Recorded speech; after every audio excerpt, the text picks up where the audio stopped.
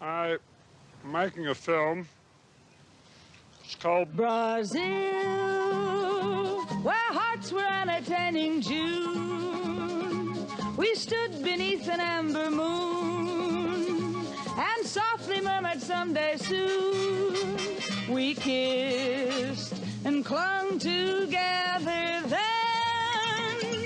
Tomorrow was another day. The morning found me miles away with still a million things to say. Now, when twilight dims the sky above, recalling thrills of our love, there's one thing I'm certain of. Return I will to old Brazil.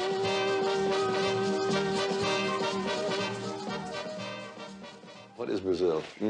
What is Brazil? What is Brazil? That's a very difficult one to answer. It's half a dream and half a nightmare.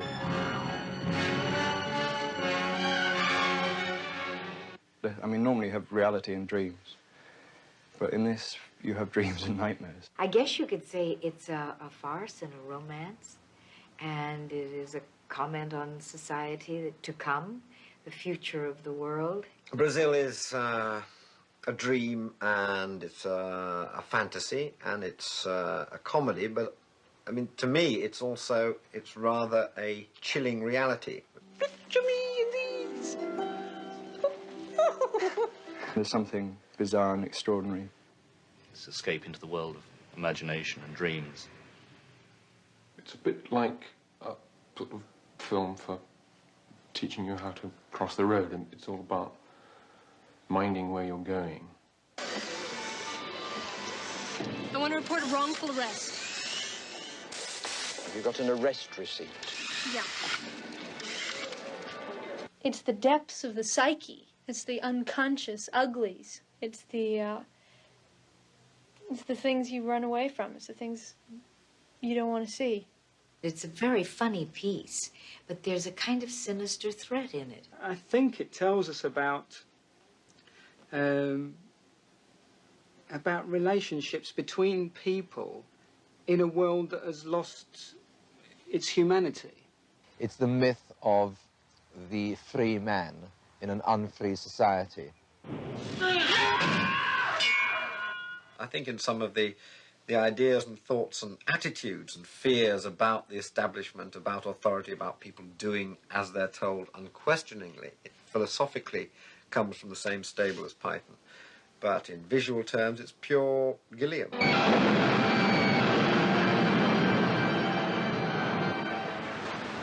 The film originally began down Port Talbot in Wales, and Port Talbot is a steel town, and the beach is absolutely black from coal dust that's sort of brought on the ships come into the quays, and these great conveyor belts take the coal. And coal dust covers everything, so it's pitch black beach. And I was sitting there at sunset, and I just had this image of this guy sitting on this beach looking at the sunset with a radio and picking up strange music like Brazil's and Latin American romantic stuff. And that's where it all started from. That's what the film is still about. It's about somebody trying to escape from it or thinking there's an escape from it.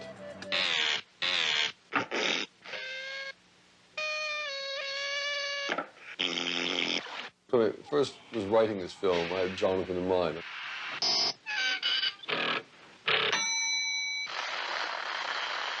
As we were rewriting it, we were going to think he needed to be a younger character. And he read it and he called me up and said, I want to do it. I just said, okay, I'll humor him, give him a screen test. He did this thing, and I said, well, that's it. He's got the part. The minute Jonathan did it, there was no way anybody else could do it. Jonathan is quite extraordinary. He's extremely professional. He's been on set virtually every single day. Ah! Here we are, your very own number on your very own door. And behind that door, your very own office. Congratulations, DZ-015. Welcome to the team. Yes. No. Cancel that. Send 2 copies to finance. Send that up to security. You remember the documentary crew I told you about yesterday? Hello, documentary crew. Yeah. Oh, you're very nice. made a big break into the glamour stakes, this film. Hollywood are baying for me. My involvement with Terry Gilliam goes back a few years ago, and he's very much an individual in his approach to his work. Each day is a challenge for Terry, and it's I don't know, it's very good to be able to fulfill, or to want to fulfill, his imagination. Back into memory. Central banking. I had worked as a clerk for the ministry, the information retrieval, sort of computer-type clerk, who, from the greyness of life, basically dreams of another life, of being a sort of Superman hero figure, rescuing damsels in distress.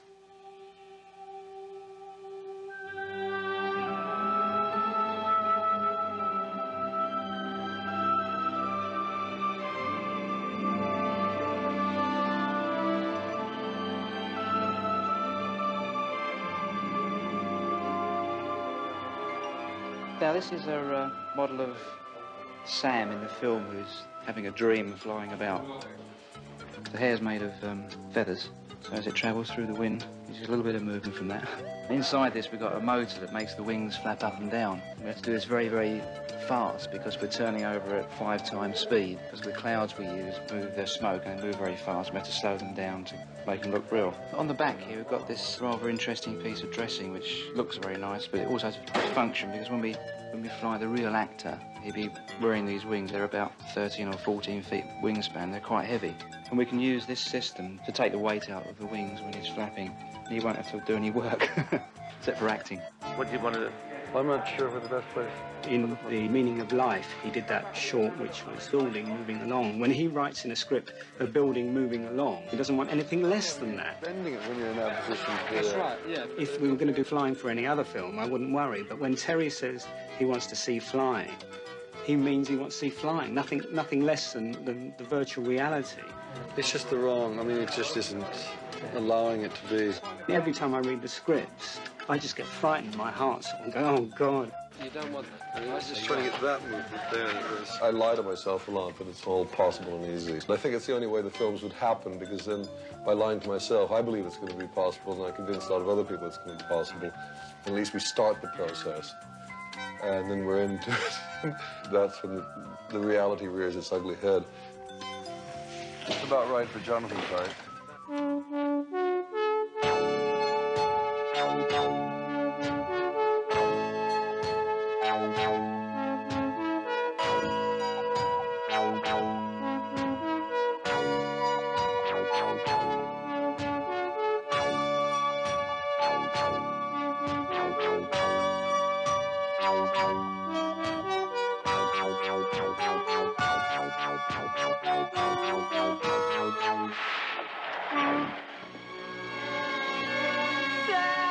All I need is bamboo shoots under the fingernails to complete the picture. His glorious blonde wig turned out to be heavy hair, and the wind machine wasn't picking it up properly.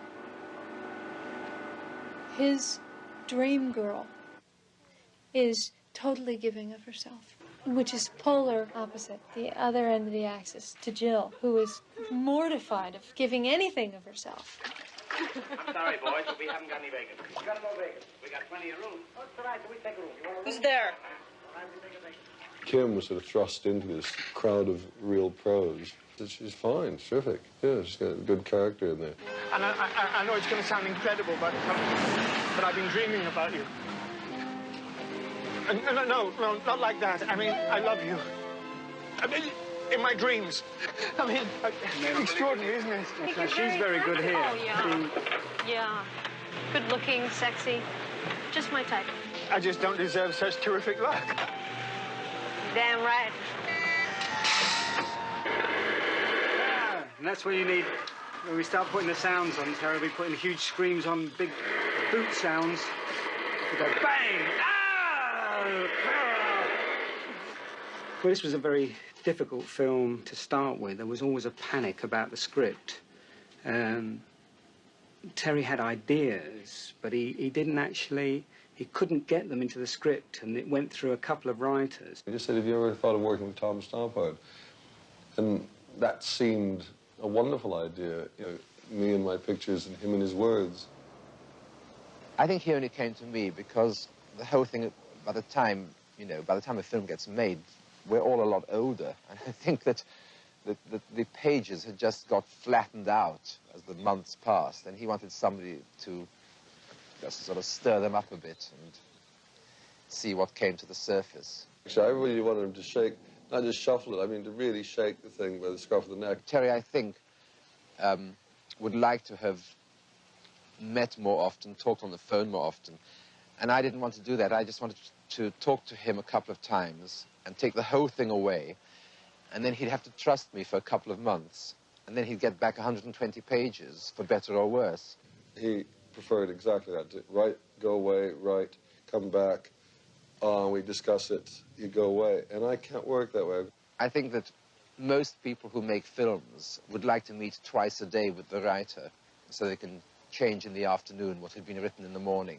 I think that was ultimately our difficulty, and it's exactly that. It's about different work habits. Terry, as most film directors, and quite possibly rightly, considers that the director is the author of the celluloid. And I don't think he's used to arguing. I think because of the way he works, and he works on his own most, I mean, because of his success, he doesn't have to argue the point too much. And I really wanted to drag him down into the mire with me a bit. And he'd just say, well, fine, when we're shooting it, I'll be there, you won't be there, I'll do anything I like with it. You do see this, don't you? And I said, yes, all right, but just for today, on paper, let's do this. And then next year, do what you like. That's good that he remembered that, because I knew that was a crucial moment. But I didn't, at the time, I didn't think he would take it quite as hard as I think he took it. Because I was actually just being honest. I wasn't trying to use it as a power play, as a threat. Most writers dream of directing their own script. It's the only situation which makes sense, which is why many directors write their own scripts, even the ones who can't write. Tom isn't a collaborator. He warned me that at the beginning. I mustn't leave that the way it is. Terry is a writer. What I've just said does not apply to Terry. He actually is a genuine writer. I thought maybe this time we could actually change him, but, none of us changed, so I'm not going to change, and he's not going to change. I do still think he's brilliant. Terry and I disagreed about whether things were funny or not, but as I found Time Bandits very funny, I tended to think that he must be right and I must be wrong. In the end, that's why I got involved with Charles. In Life of Brian, I played 12 different parts. That was where I first met Terry. And one of the parts I played was the blind man. To do take after take of a blind man tripping and falling down a hole. Now, that's an extremely difficult thing to do. I think Terry was quite impressed with the way I threw myself down the hole. It was the best thing I'd ever seen. And I think that's why he asked me to do some writing on Brazil for him. I can't think of any other reason. Charles was one who had no claims on his time except me, and we could sit and argue it to death. I don't think there were any very strong disagreements about anything. All the elements were there. They were just added in the wrong order. If there were, Terry won. I think I made it funnier, but I'm not sure if I did, because later there was another script which Terry then did afterwards. I can't remember which bits I've written and which bits... I mean, obviously, I've written the best bits. I haven't seen the script which they're shooting. I don't know how much of it is mine and how much of it was the first script and how much of it was the next script. So I try to forget the script. Once we start filming, I try to forget it. I try not to look too much at rushes. I mean, I look at them only when I'm about to cut them to try and have a really spontaneous feel about them. And then I try and guess where they're supposed to go. Here, while you're here, Terry, there's one close-up of her that's wrong. Terry, what are you going to have? Between you and me, mademoiselle, today, the number one. Whatever the writer writes, whatever the actor acts, whatever anything is at the end, it's the guy who sits there with the scissors, who's cutting the thing, and he can do anything with it, and he will do anything with it. They always do. Wait! Raised veal in wine sauce. Ooh, it's too exciting. Numéro 2, orange. Excusez-moi. The acid man? Really? So...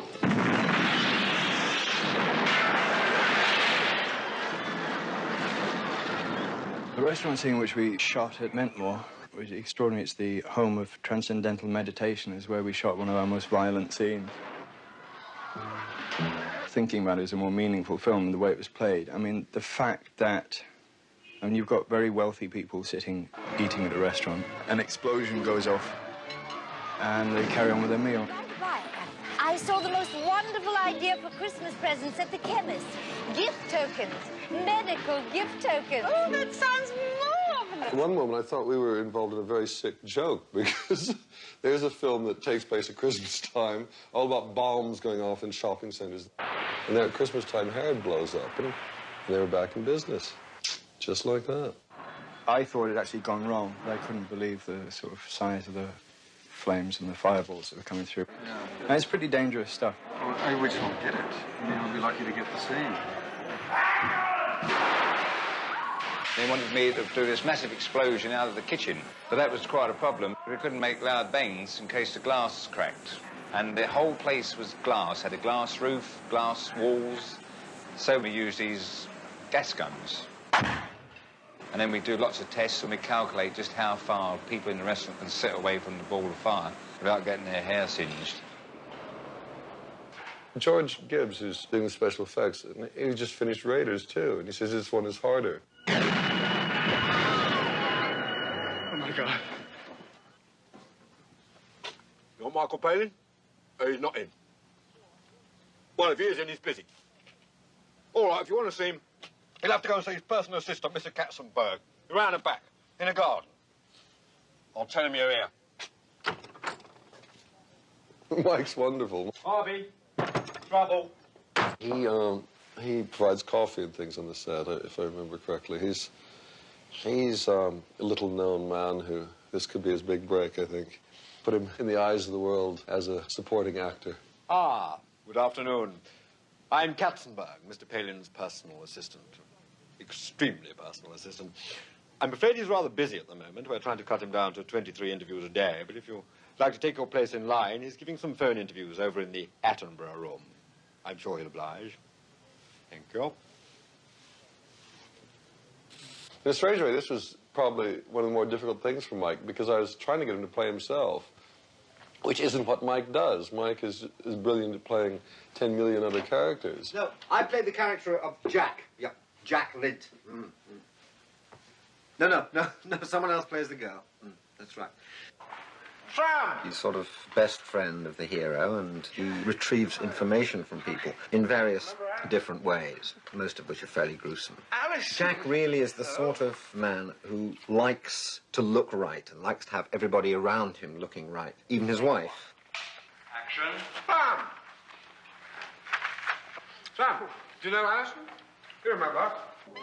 Alison. Sam Larry, old friend. Alison, yes, of course.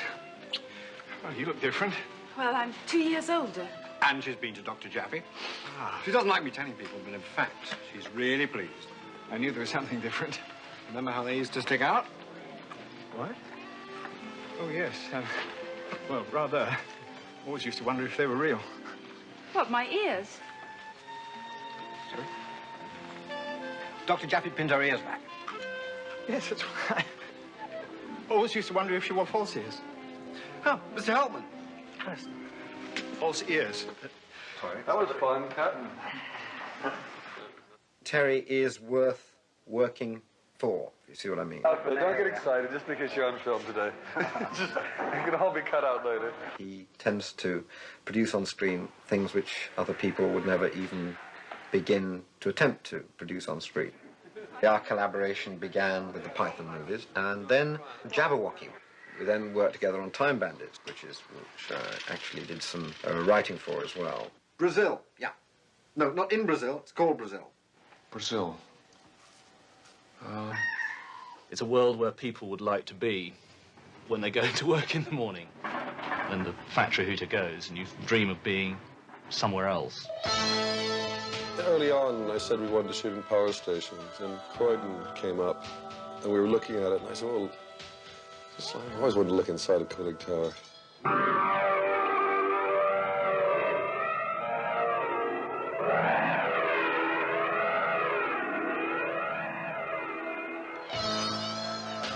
The film company making Brazil are using the cooling towers now. I don't really want to know too much about the tricks they're getting up to over there. It looks quite a dangerous procedure to me. We'd built a walkway across to the middle of it, 4.5 feet wide. But originally it was just one of those little spines that, were 9 inches wide going out there. I was terrified. One, take two. Oh, yeah.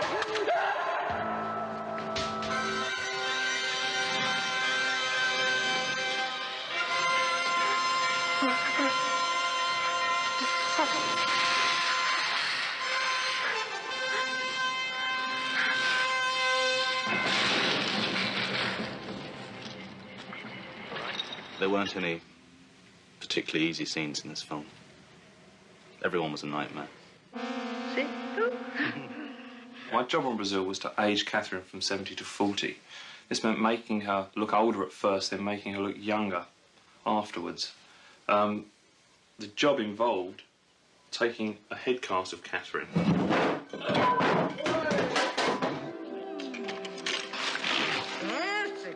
And already she's twice as beautiful as she was before. Voila!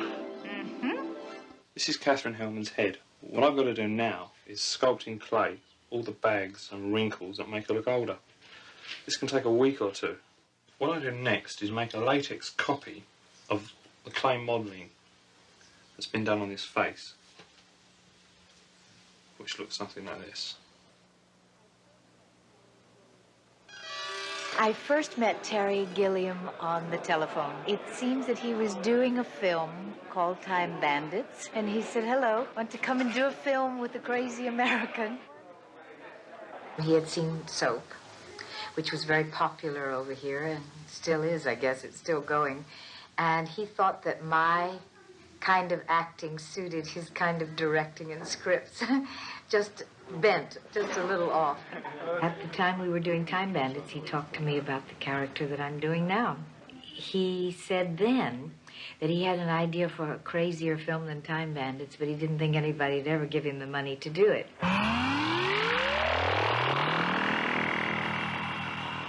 These suits, which we had made special for a scene in the film where the air conditioning goes wrong, you see. So they get the two guys from the ministry to come along and rectify the fault. Have you got a 27B/6? 27B/6.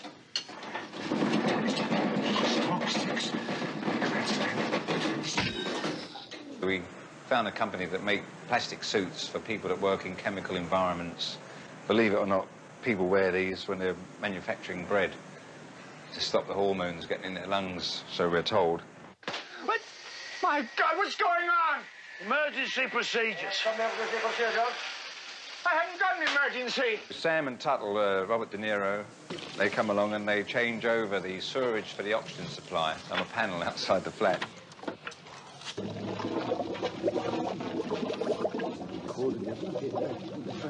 Oh, God. The smell! Stop!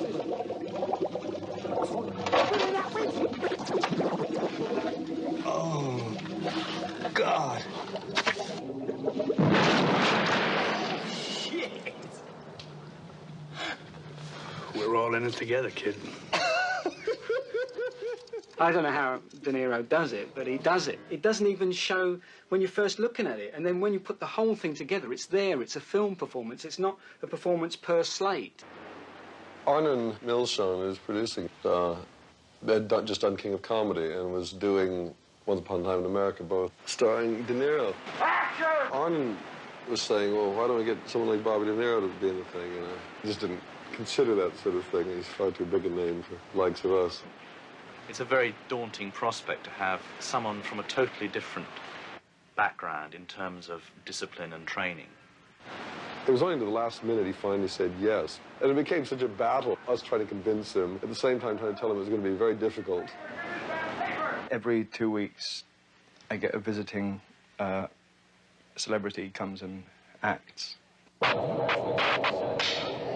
Why? I came into this game for the action, the excitement. Go anywhere, travel light, get in, get out. Wherever there's trouble, a man alone. He's got an amazing screen presence. I mean, there's a strange animal magnetism there. The minute he comes into the film, you feel it. There's something in here. And for him, this was a very difficult thing, because he's never done a bit part in a film.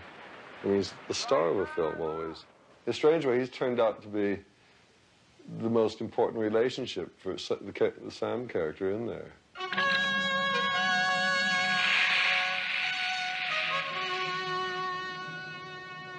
Who was that? As a friend of mine, there are no nice, cozy domestic scenes. No long car shots where you can get in nice music. You know, it's hard for people to just sit and say, well, what is this film about? Because you're being smashed in the head all the time by these visuals. The eyes actually follow Sam flying across the sky and finally landing on the top of the stone monolith.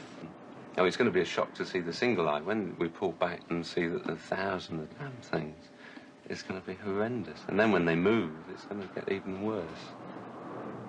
The main ball is a snooker ball, cue ball, and the iris is a photographic reduced painting. Then we had to make the lens by pouring clear casting resin from the back. The whole lot took about 3 weeks to make it. I can't come back on a separate pan. The filming of it probably about another 3-4 weeks. And as I was putting it together, I suddenly realised that half of the dream sequences that we had weren't working, and the opening dream sequences would actually spread to fill up the space that the other dreams were going to take. I seem to do this in every film. There's a great sequence that gets lost, and the eyeball sequence is one. Some things had to go. And unfortunately, the eyeball sequence went. No, I mean, that's the problem. I find the whole process a depressing one, because it's much easier to imagine amazing places and things. And when you actually put it on film, it's not quite as good as you imagined it.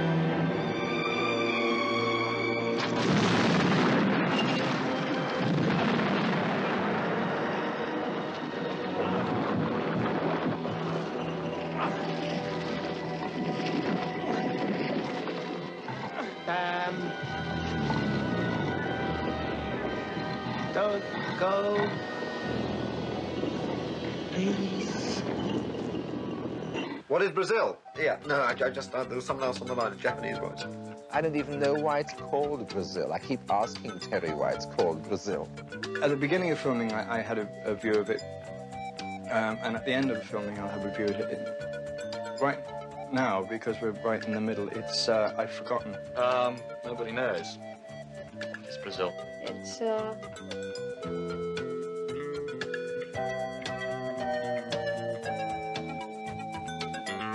But answer number 2. How about the impossibility of escape from reality? How about that? It's a Viking musical. Let's try another one. About late-night shopping and terrorist bombings. At the moment, I don't really know which script is being shot. Terry said, well, for heaven's sakes, don't say that it's too serious to anybody, because then people will stay away from it. I think there's a lot of strange things in this film. No, I have no scenes with Nastasia Kinski. She's not in it. I'm not sure if this is the kind of plug that Terry wants for his movie. It's like lifting the top off Terry Gilliam's skull It's mad, and glimpsing inside. and it's wonderful. it's entering Terry Gilliam land. It's Franz Kafka meets Walter Mitty. It's fine. Very strange. Sorry. Oh, let me rephrase it. It's fine. It's great. Thank you very much. Good night.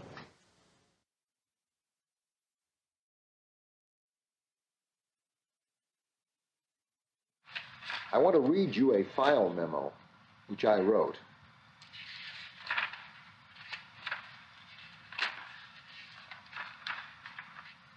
It says, I spoke this afternoon with Terry Gilliam with respect to Brazil.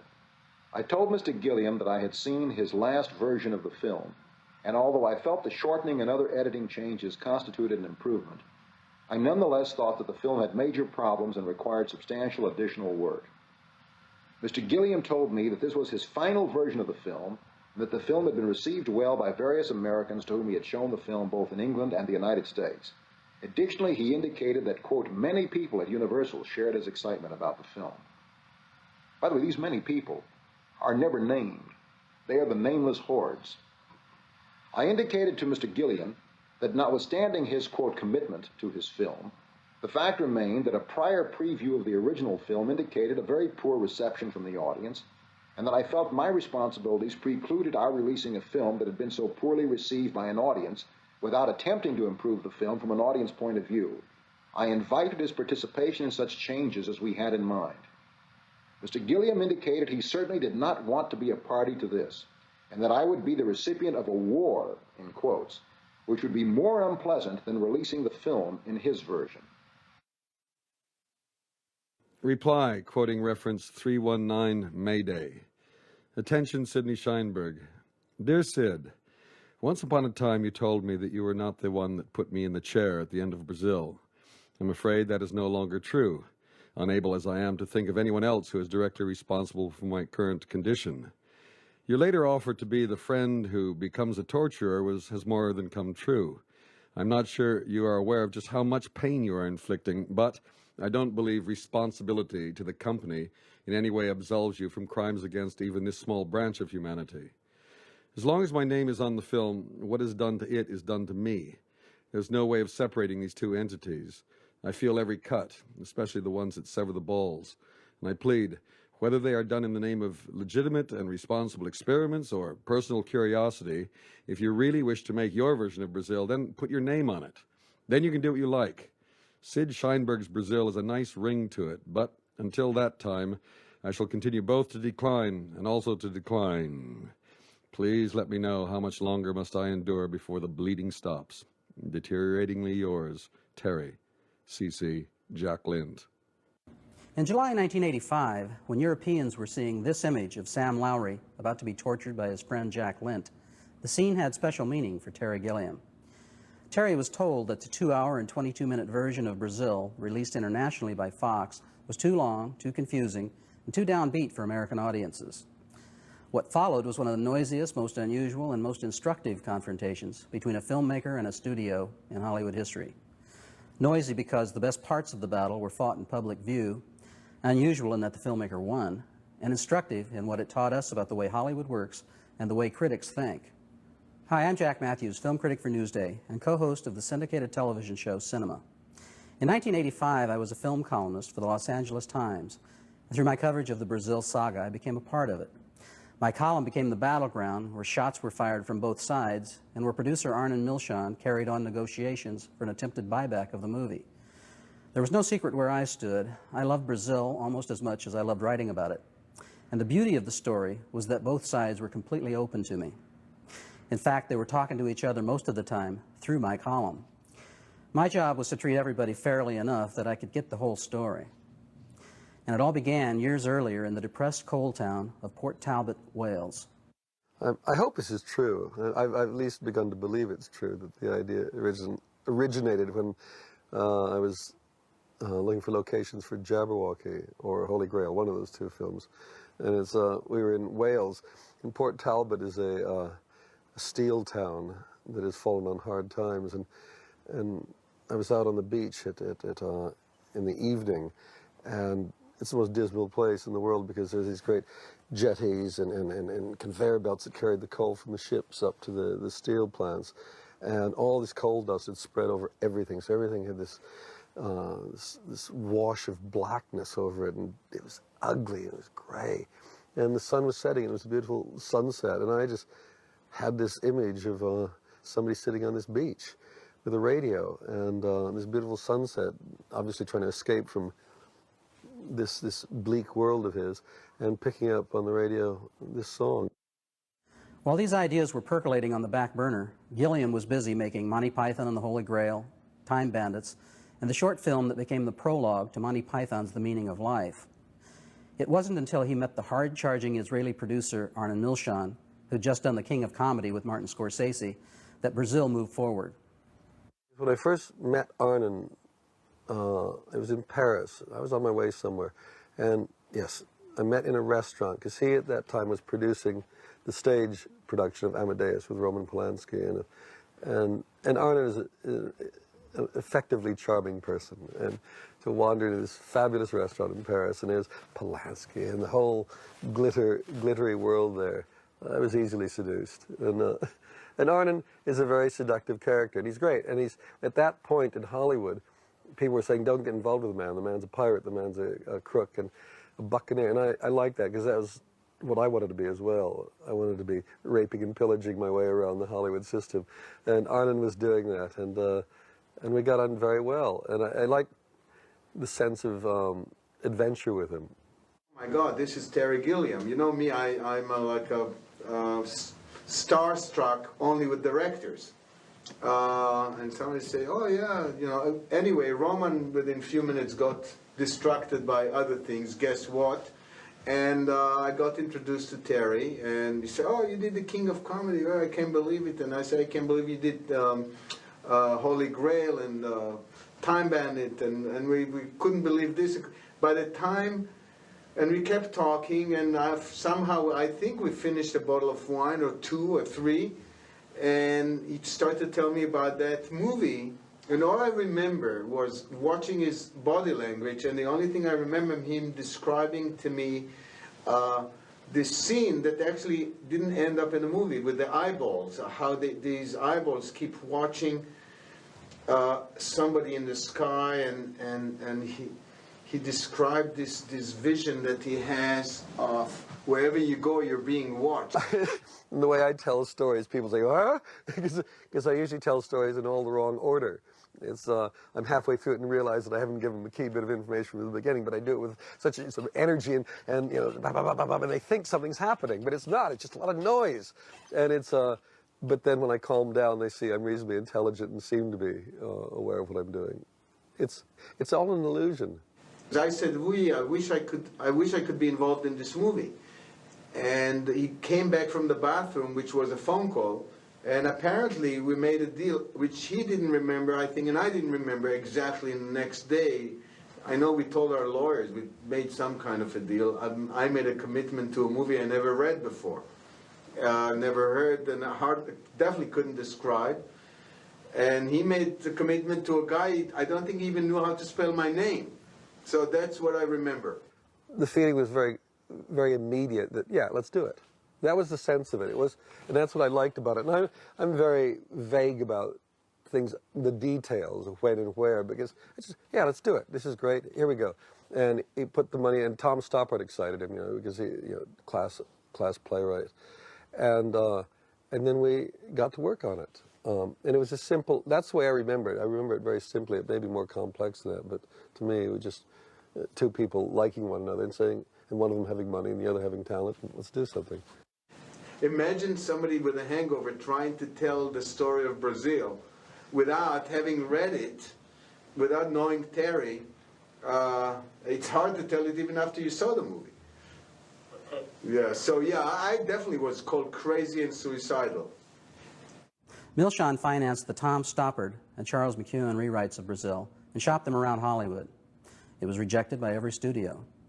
The only bite he got was from 20th Century Fox, which offered to finance Brazil if Gilliam would first direct a science fiction project for them titled Enemy Mine. Though it would have paid him millions and launched him as an A-list director in Hollywood, Gilliam refused. After everybody passed on Brazil, I was offered this project by Fox, which they said if I did that, we could then do Brazil. And in their wisdom, what had happened was a project that was in their mind an A project. It was the best project in town, best script. And so clearly they'd gone to the best directors, Spielberg and all, and they'd all passed. And eventually they got down to me, somewhere down the list. But if you're having the top project, you've always got to have the top director. So you're elevated so suddenly I'm elevated to top director status with top project. And when I turned it down, they were bemused, and they said, why? And I said, because I want to do this other film. So the other film now was elevated, because surely to turn down the top film by the top director turning down the top film for another film, the other film must be even better. And so these perceptions shift in Hollywood, and then they came to Cannes with a different view of what the project was. In May 1983, Terry and Arnon teamed up at the Cannes Film Festival, where Terry had gone to promote Monty Python's The Meaning of Life, and Milchon to make distribution deals for Sergio Leone's Once Upon a Time in America, which was in production.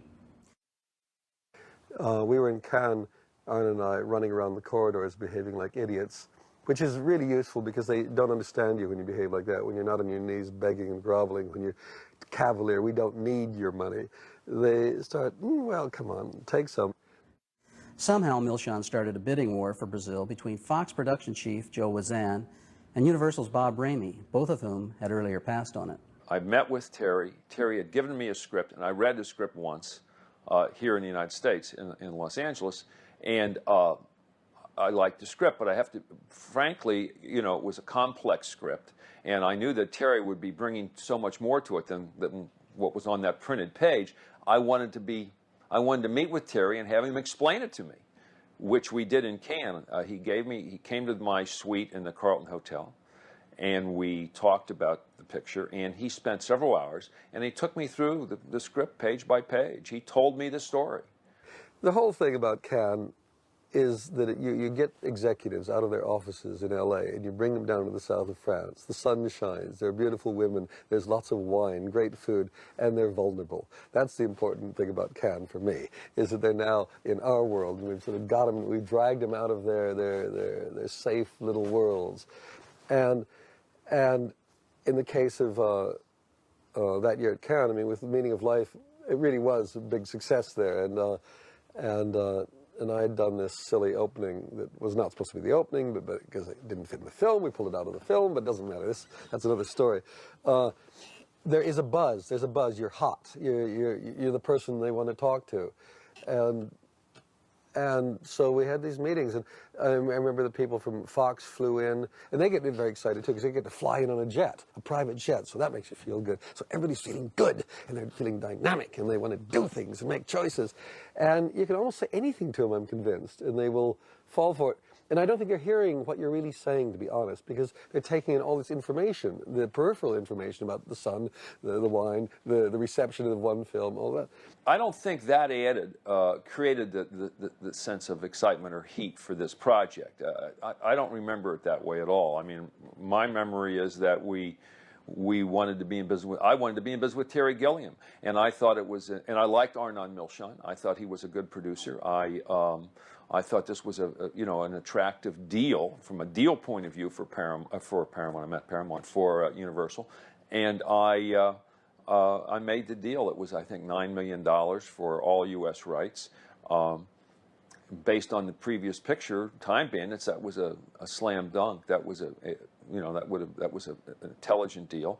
And I liked Terry, and I liked this project. I liked the script, and we thought we could get some exciting casting. As you know, we got Jonathan Pryce and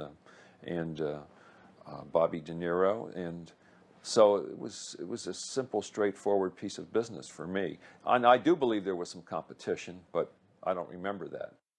In my naive way of thinking about things was when Cannes finished, we had the money. In fact, Arne knew better, because he knew that the minute they got back to Los Angeles, they would wake up and realize they'd been conned.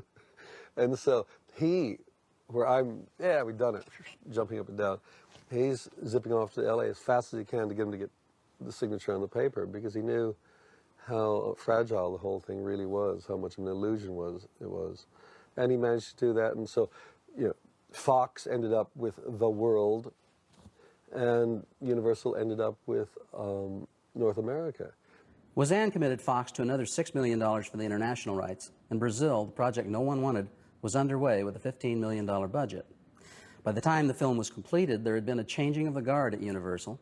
Bob Ramey was gone, leaving Frank Price in charge of the motion picture division, and Brazil, at least in the eyes of its creators, was an orphan. I was told what it was, storyline. I figured, well, that's something I really can't have any impact on at this point, so I turned my attention to other things. Universal executives saw a rough cut of Brazil in the summer of 1984. I thought it was a very good picture, but not commercial.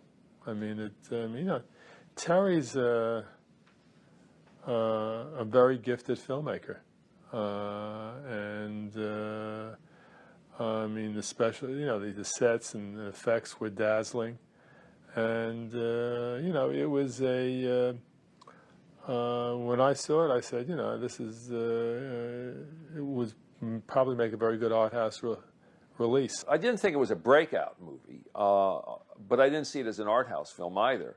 I mean, I was really basing the business decision, the financial decision, on the success of Time Bandits. I felt it had that kind of potential. The first screening that I was really aware of having any major impact was at Universal. We took it out to Universal, and it was in the Alfred Hitchcock Theater, I believe it was.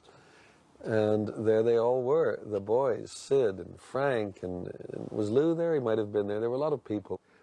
Antonowski's art house label definitely raised red flags at a studio that was not in the business of marketing specialty items. And when the lights came up at the first Universal screening of his movie, Terry knew he was in trouble. And at the end of the film, I came in for the last 10 minutes, and I went up to the projection booth, and I was looking down, and I saw, as the lights came up, the back of those necks, and I knew we were in big trouble. I mean, every muscle was knotted, every tendon, ligament was just, there was hatred written all over the back of those heads. And I knew we're in big, big trouble. And we came down, the sun's shining, and everybody comes out. And, you know, everybody's non-committal, but you know what's going on. And Sid had this line, which apparently Arne and I took into totally different senses. And which was that, you know, we'll have to sell this as the film of the decade, which I knew meant that we're in trouble here. He doesn't have a clue. You can only sell it as something extraordinary, but you got to sell it hard because nobody's going to go to see this thing unless you con them. And Arne, on the other hand, thought it was a positive statement, that it was indeed the film of the decade. And yeah, I thought it was the greatest thing I've ever heard. I thought that I heard it's the best movie of the decade. Terry thought he heard it's the biggest problem of the decade, and he was right. You know me, I hear only positive things. And the next day we had a meeting at Universal, and I wasn't supposed to come along apparently, but Arne got me to come along, and unfortunately I arrived on time. Arne never arrives on time, and so I arrive, go into the Black Tower and announce myself, and there's a moment of embarrassment because I'm not supposed to be there. This is supposed to be a meeting of the men, the adults, not the kids. And it was a meeting in Frank Price's office, who was head of production then. And I remember going up there, and it was like being brought into the headmaster's office, that I'd done a very, very bad thing. No one else in that meeting remembers it as being quite as contentious as Terry does. But they were thinking as businessmen, not artists. And Frank Price's suggestion that the film be shortened got Terry's back up. We knew that in the contract it said it was 2 hours and 15 minutes was what the length of the film was supposed to be. And I was coming in at 2 hours and 22 minutes. But yeah, come on, we're friends. What's a few minutes, 7 minutes. And I think Arne was probably at the time pushing me to get it down, but I couldn't see how to get it down. And so we submitted it at 2 hours and 22. That's one of those elementary things that if you're going, you want 2 screenings at night.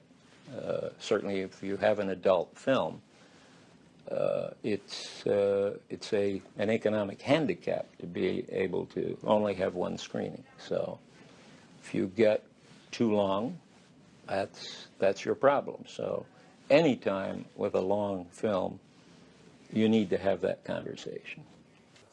Frank is a very Buddha-like man, a very hard to tell what he's thinking, except he's a smart, clever Machiavellian character with a rather benign smile, and he had real problems with it and felt, well, it's clearly it's too long, Terry, and maybe what I think a good place to cut this film would be when they finally go to bed together and they fly off into the sunset. Perfect. Boy meets girl, girl meets boy, boy. Every happy ending, and that would be a great way to end it, Terry.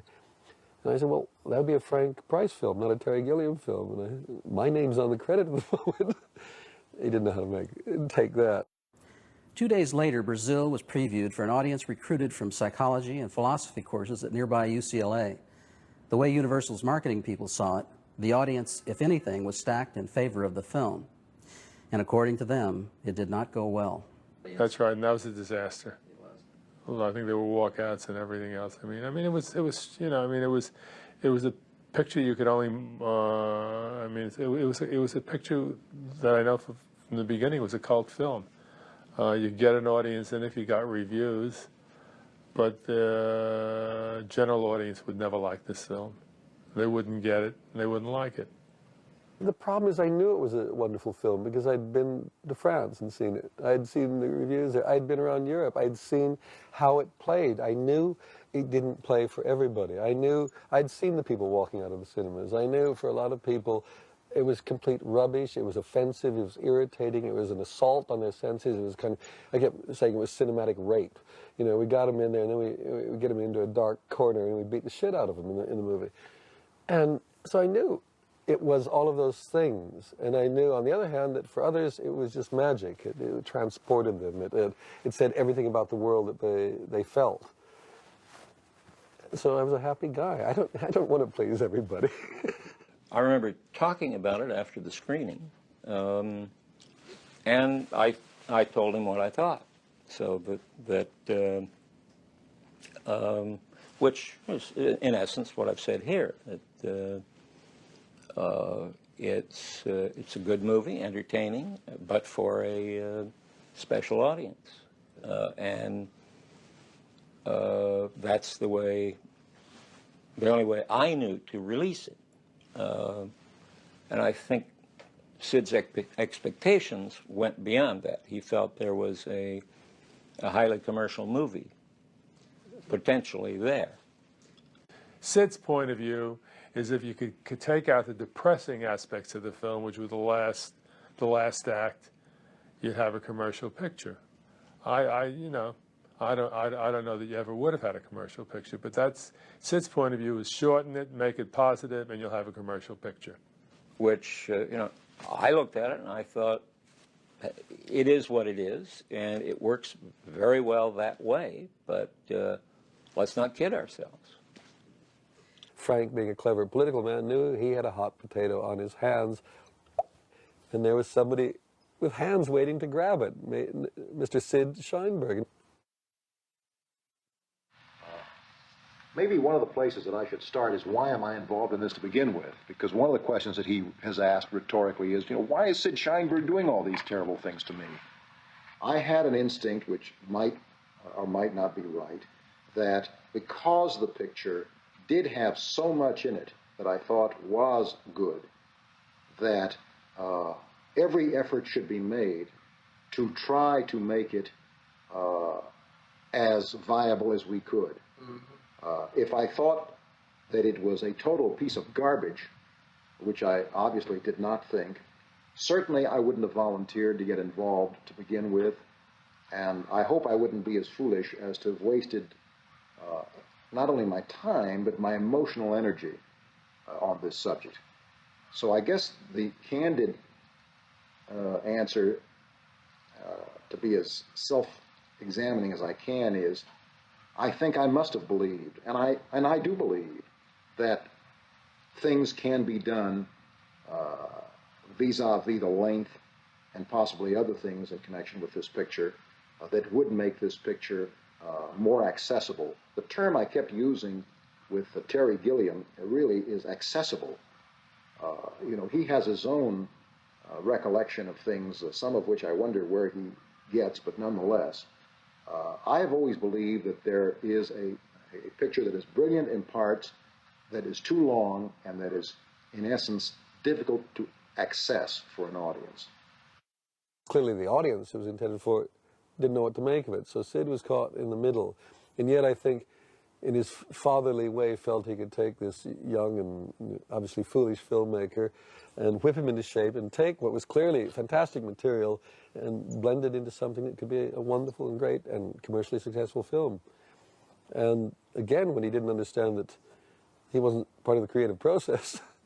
Terry, emotionally exhausted, returned to London with instructions to cut the film further. I'm not going to make a film unless I've got total control of it. That's why I do so few, I guess. And this, I had a final cut, which always makes it more difficult to get films off the ground because studios don't like to give up any power. But I had final cut, so I made the film. And what became interesting at the end, when And one thing we should actually say is the film had come out in Europe. Fox had accepted the film at 2 hours and 22 minutes as we made it, no problem, and had gone out. And it was in the States where the time limit thing became, you know, it was the stick they could hit us with. It was the one thing they could do. So that's why I cut it down. But even then, they wouldn't accept it, and they were delaying, they were doing everything. And Arnon was getting more and more panicky about not getting the money. And so eventually, he came to me, and I don't know why I was in Paris, but I was there, and he came and with this piece of paper, which was just a face-saving piece of paper. It really didn't mean, I mean, it said things, but it didn't really mean them, because this was just face-saving for everybody, which was basically that I gave up my final cut. I gave up my rights on the film. And that would then, he would get the money, and then they would basically lose the piece of paper, and everybody would be happy. And of course, that isn't what happened. Had Arnon not been so anxious for the second payment, Terry could have still cut and delivered a version below 2 hours and 5 minutes, and the studio, as Sid acknowledged, would have had no options. Now, I think if there is one thing that the record should show, above all things that are likely to be said in connection with this tedious subject, had Mr. Gilliam cut this picture and reduced it to 2 hours and 5 minutes and delivered it, that would have been the end of the matter. Now, Mr. Gilliam goes on and on and on about Sid Sheinberg doesn't like the length. I mean, doesn't like the ending. He'd like the ending change. There are other things he doesn't like. The fact of the matter is that had he shortened it, even late in the game, prior to this amendment, we would have had no alternative. But whether we liked it or didn't like it, but to pay the money and release the picture, because he would have complied with the condition of length. The 2 hour and 11-minute version that Terry edited with the cumulus fade-out suggested by Sheinberg was also rejected, and the studio's lawyers informed the filmmakers that Universal was invoking its right to assume control of Brazil. It all ended in having to send a lot out to L.A., where a team of editors working, I guess, under the supervision of Sid, were recreating Brazil, and they had decided that the theme of the film was Love Conquers All, which is the first I had realized that's what we had made, but it was nice, you know. And they started to work on this thing, and I don't know where it was going. I mean, and I would get calls from the editor occasionally wanting my input. I said, what do you mean you want my input? Yeah, but we're saving your film. No, you're killing my film. You're destroying it.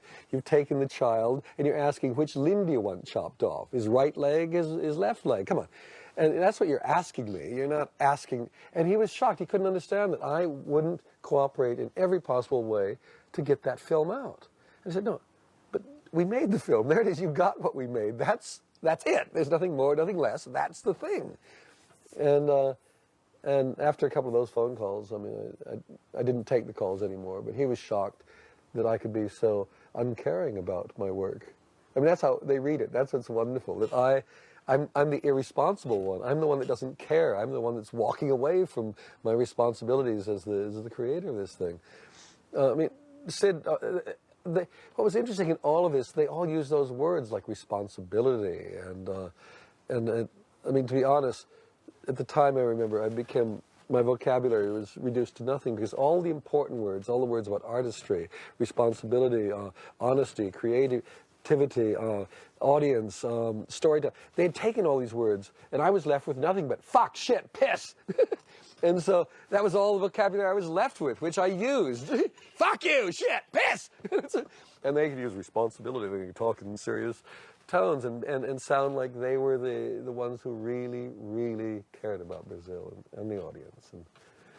In August, the filmmakers committed their first flagrant contract violation by showing the American cut to audiences at the American Film Festival in Deauville, France. I want to show you this article because, in point of fact, that really was what I would characterize as the first public indication, at least that I can recall, of this set of guerrilla tactics that he has engaged in.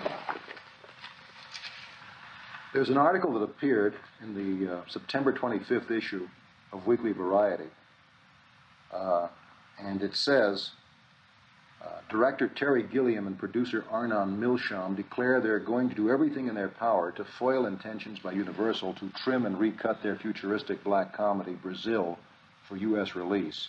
I mean, the important thing in all of this was to not do battle on their ground, to not use their weapons.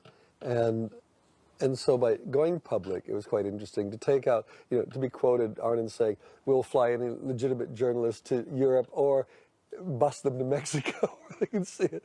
I mean, and then Universal were behaving so strangely. They took out this embargo because at one point we wanted to have a screening in New York for some PR people, to try to get some PR people that might help us in a campaign. And Universal got wind of this and said, no, all screenings of the film in America are under our jurisdiction and you can't do it. On October 2nd, Daily Variety carried a full-page ad placed by Terry challenging not only the studio, but Sid Sheinberg directly. I remember calling the next day, calling up Variety and said, I want to take out this ad. I want a full-page ad, and I want it bordered in a black border on it like a funeral announcement, an obituary, and then in the middle in just simple type, with a lot of white space around, just, Dear Sid Sheinberg, when are you going to release my film Brazil? Signed, Terry Gilliam. And I think it cost me $1,500 or £1,500, I can't remember, it was something. And they did it. And then you forget about it, and then a week later it comes out, and you go blithely down to the newsagent, and you get the thing, and you open it up, and you realize you've just damned yourself forever in Hollywood. Because, it was just, I was stunned by it. I was shocked as much as everybody else was, I'm sure, because I suddenly realized what I had done. And it was, because there it was, the front page is all typed, $10 billion in the first second, $30 million in the second. Money, money, money, money, money, money, money, money, money, money. And you go page after page of money and success. And then you come to this very naked human question. And it was a stunner. I have told them on many occasions, I just told you about, I read you a piece of communication with Mr. Gilliam where I've in effect said, I don't want to make anybody's life miserable. If this picture is so wonderful and in its present form, and maybe you'd like to make it longer, get somebody else to buy it. We'll take a loss on it. No, I mean, through all of this, what was interesting is that it was clearly building up, especially in the big cities, a sense of this thing. Because I was going on, Good Morning America with Maria Shriver and with Joel Siegel, with De Niro. Again, this is where a sense of honor is at work here, because Bobby, who doesn't promote his own films, knew he could be helpful, and despite the fact that the last thing he wants to do is go on and be interviewed, or nationally, he came on. And that was how we got on the shows, because we were offering them an interview with Robert De Niro and his buddy Terry.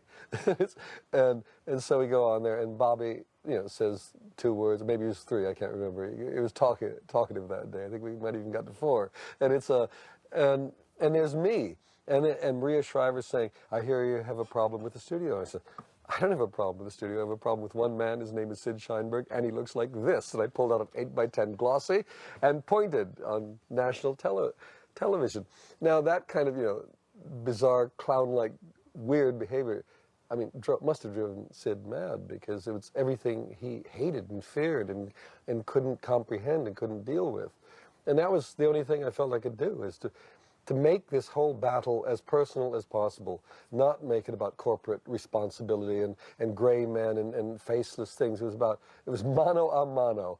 It was the little artistic David against the great guy who sat in the office called Sid.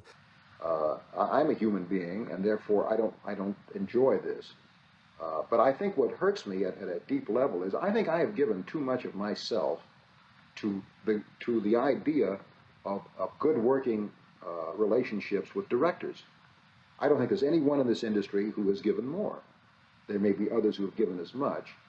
And I don't deserve this from Mr. Gilliam. To be fair to Sid, it was an unfair fight, because everybody's heart is going to go out to the little guy who's struggling against the system. So we had that in our favor. And again, this is all part of the irony of Brazil, is that the battle for Brazil was exactly what the film was about. Everything, the making of the film, the battles afterwards, all are of a piece. They're all one thing. You know, Mr. Gilliam has somehow now found himself identifying. It's rather interesting. He even distorts his own film. He now identifies his film as being about some kind of conglomerate or some kind of company which he says is Universal. Here's a picture where this is my film's about Universal. You know, even that is not true. His film is about a government and about government dehumanization. There are basically three elements in his version of his film. One is this soul who feels himself oppressed and lives in his world of fantasy. I don't know if you've seen this picture. The other is the element of the state, and the third are these terrorists. And although I believe that he may have started off identifying himself with the oppressed, I mean, I think that character is a surrogate for Terry Gilliam. I think at this point of the game, he has now relegated himself to being a terrorist. And I don't want to get more emotional or more colorful than the circumstance requires, because we're not talking about life and death here, we're talking about a film. But he said on the, he not only threatened me with, quote, war, which is kind of a hostile phrase, war, mind you, not lawsuits, war. In Rona Barrett the other night, he is quoted as saying that things are going to get very noisy at Universal. What the hell does he mean by that? In the midst of the whole battle as it was going on, I remember I'd been invited to USC. They'd asked me to come out there at any time and give a talk. And so I thought, well, let's do it. Take advantage of this and bring out some audio-visual aids in the shape of a film. And I thought, this is the way to do it. We'll show Brazil to a bunch of students. More than 300 students in the late Arthur Knights film class at the University of Southern California were in the Norris Theater on October 18th when Gilliam appeared for a private, unauthorized screening of Brazil. There was just one small problem. The students had posted announcements all over campus days before. And we get there, and we got a problem, because the guy who's in charge of the physical plant, the projector, said, we can't show this film, because we got a call from Universal, and we can't do it. And I don't even know if they had a call from Universal, but the thing is, USC Film School is subsidized by the studios. And they don't want to do anything that might jeopardize their subsidy. It's the thing, it's a constant thing. Every time I go out to LA, you realize this is a city living in fear. Everybody is fearful of losing their little bit of the pie.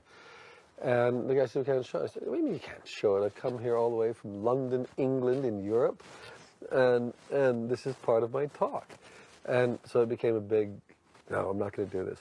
And so I got onto my lawyer, and he said, can you contact the Universal lawyer and see if we can solve this? I was there that day, and it was like a political rally from the 60s. For more than an hour, Terry divided his time between taking calls from his lawyer, who was negotiating with Universal's lawyers, and then reporting the conversations back to the delighted students.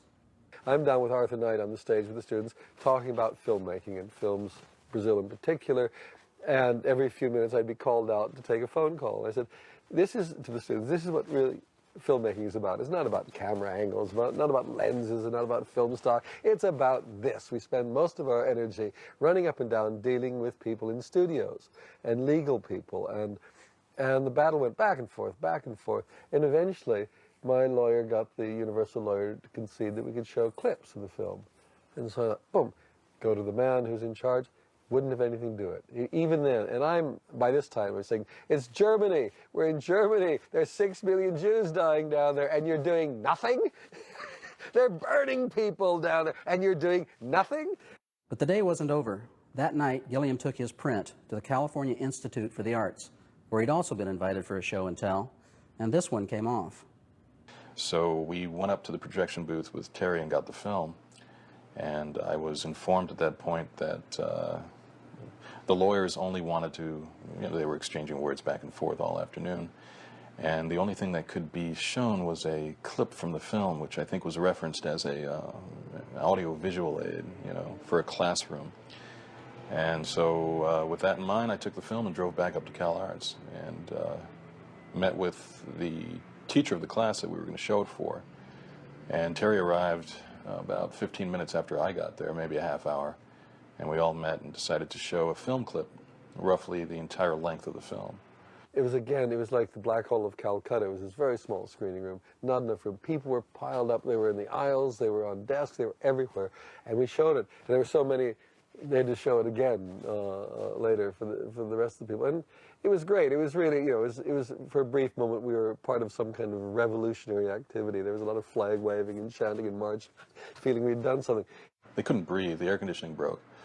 It was really hot and nasty inside there, so it wasn't really the most ideal situation.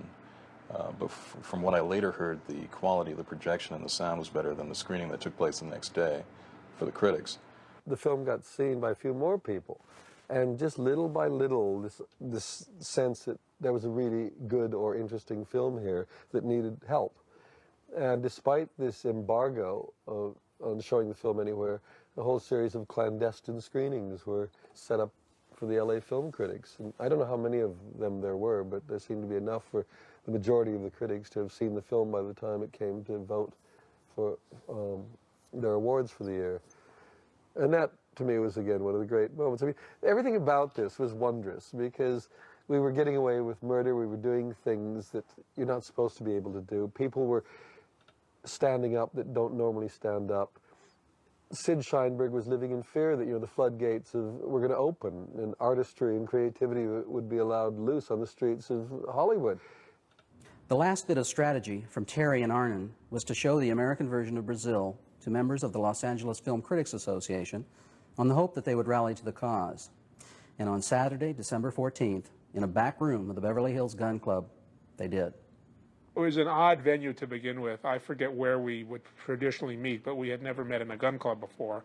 I don't know what the symbolism is or why we ended up there, but there we were in this kind of ante-room to the gun club. It was not, maybe it was an awards room or something. There was no, no gunplay in the vicinity. And I don't know that anyone really, it almost seems to me almost like it was like a popular movement. I don't know that there was any great plan that anybody had really carefully plotted out what was going to happen. But I think there was just a feeling in the group that this was the best film that people had seen. And I think, in general, critics really, one of the drives that drive critics is to try and accomplish something, to bring recognition to good films, to alert audiences to something that's really good, to somehow make a difference. I think, people often think of critics as being negative, but in fact what draws most people to criticism is the desire to spread the good news, to let people know that something of quality is out there. And I think that's what motivated people. People saw the opportunity to really alert the world to the fact that there was this good film and also possibly pressure Universal to bring it out. But again, people are not that naive. I don't think anybody thought it was a sure thing that this was Universal was going to do anything. People just wanted to make a statement that this was a good film, and they couldn't think of a better film in the year. I was in that meeting too, and remember the brief debate over whether Brazil, which we were told wouldn't be released that year, and never in that form, could be considered for awards. We checked our bylaws and discovered that there was no reason it couldn't. When the day had ended, Brazil had beaten Prizzi's honor for Best Screenplay by a margin of 2-1. Gilliam won Best Director over Rand's Akira Kurosawa by nearly 3-1. And in a runoff vote for Best Picture, it was Brazil over Prizzi's honor, 17-6. In my typical way, I just didn't want to know. I wanted to get a night's sleep, because if we had lost and been completely ignored, it'd be so depressing I wouldn't sleep. And if we'd won something, I don't know. I didn't know, so I went to bed and woke up in the morning, and there was the truth revealed. Terry, it's Steve. When you hear this, wow, first wow, hold your pants. And LA Critics Circle Award. Best Picture, Brazil. Best Director, Terry Gilliam. Best Screenplay, Brazil. Can you imagine that? I just got a call from Jack Matthews. I know it's about, it's 5 o'clock here, so it's got to be 8 hours difference in 3 o'clock in the morning or whatever, but Terry, Best Picture, Best Director, and Best Screenplay. God damn, I'm going to call on now, but I called you. I can't fucking believe it. Please get to the phone somehow and just at least hear that. Wow, congratulations. I'll call Milch on now. I'll talk to you later, I hope. Bye. it's so perfect. There is a God. Clearly, there's a God of symmetry somewhere in the world. Irony and symmetry are the two things that seem to have come together. 2 days after the critics' voting, Universal announced that the American version of Brazil would be opened in theaters in Los Angeles and New York before the end of the year. I mean, winning the LA critics, it became something that people went to see where they wouldn't normally go to see in that numbers. I mean, I think the picture did somewhere between $5 and $10 million, and I think it would have done 1 or 2. So I mean, there was this whole bonus because of the publicity. I mean, I think that the publicity gave the audience, gave the picture a certain cachet that it never would have had. I mean, I saw that as kind of aberrational. I think the LA film critics, that given the controversy surrounding what had gone on, that it seemed, one of those things that that group of people decided to do to embarrass the studio or whatever. So I felt that that wouldn't have any long-term influence, but it would help us in the short term for opening the movie. I thought that. I thought the whole thing was a tempest in a teapot. I didn't realize, that eventually the LA critics would give it their award, and I think the award had to do with.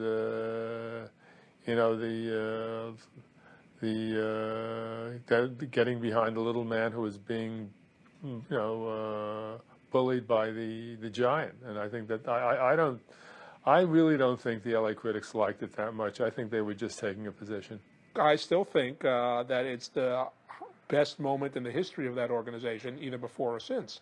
I believe that what we wanted to do was what we did do, and there was a sense of it in the room that day, that we were going to do a tangible piece of good, a good work in terms of what critics do. The backlash followed the victory in record time. Within days, the New York critics ignored Brazil in their voting, which Universal executives interpreted as proof of the LA group's grandstanding. Every film I do seems to get incredibly mixed reviews, and this one must have been worse because there was such a build-up amongst the critics and everybody, an expectation of something so extraordinary that the fight was worth the fight. And what was interesting is the number of critics who obviously didn't like the film immediately said, well, the studio should have done what the studio should have done. I mean, the studio backed down, and yet that's what, to me, was the big shock, the speed with which they shifted from the filmmaker to the studio being right, because they didn't like the film. Now that's a leap that is one doesn't necessarily follow the other, and then you begin to think, well, these people are really, we know where their hearts really lie. And it was, Variety in particular was pretty nasty. They didn't like it, and they felt that the studio should have really got in there and got the scissors in there. And what nobody ever talked about was the fact that the studio was trying to change the film, change the nature of the film. It's one thing to say it's too long. It's another thing to say, let's go with the studio's idea of what the film should be. And I found that was shocking. Until the studio's cut was released for television syndication, no one really knew how far Gilliam and Sheinberg were apart. As I said before, you can see for yourself. That version's here. It is 41 minutes shorter. It's absent most of the fantasy sequences, and it ends not with the heroine's death and the hero's lobotomy, but with the couple living happily ever after in Happy Valley. The only director's cut that doesn't have the proper credit on is the Sid Sheinberg director's cut, which eventually got out on television. People thought I'd be shocked, and I was delighted because it's a chance for people to see what they intended to make.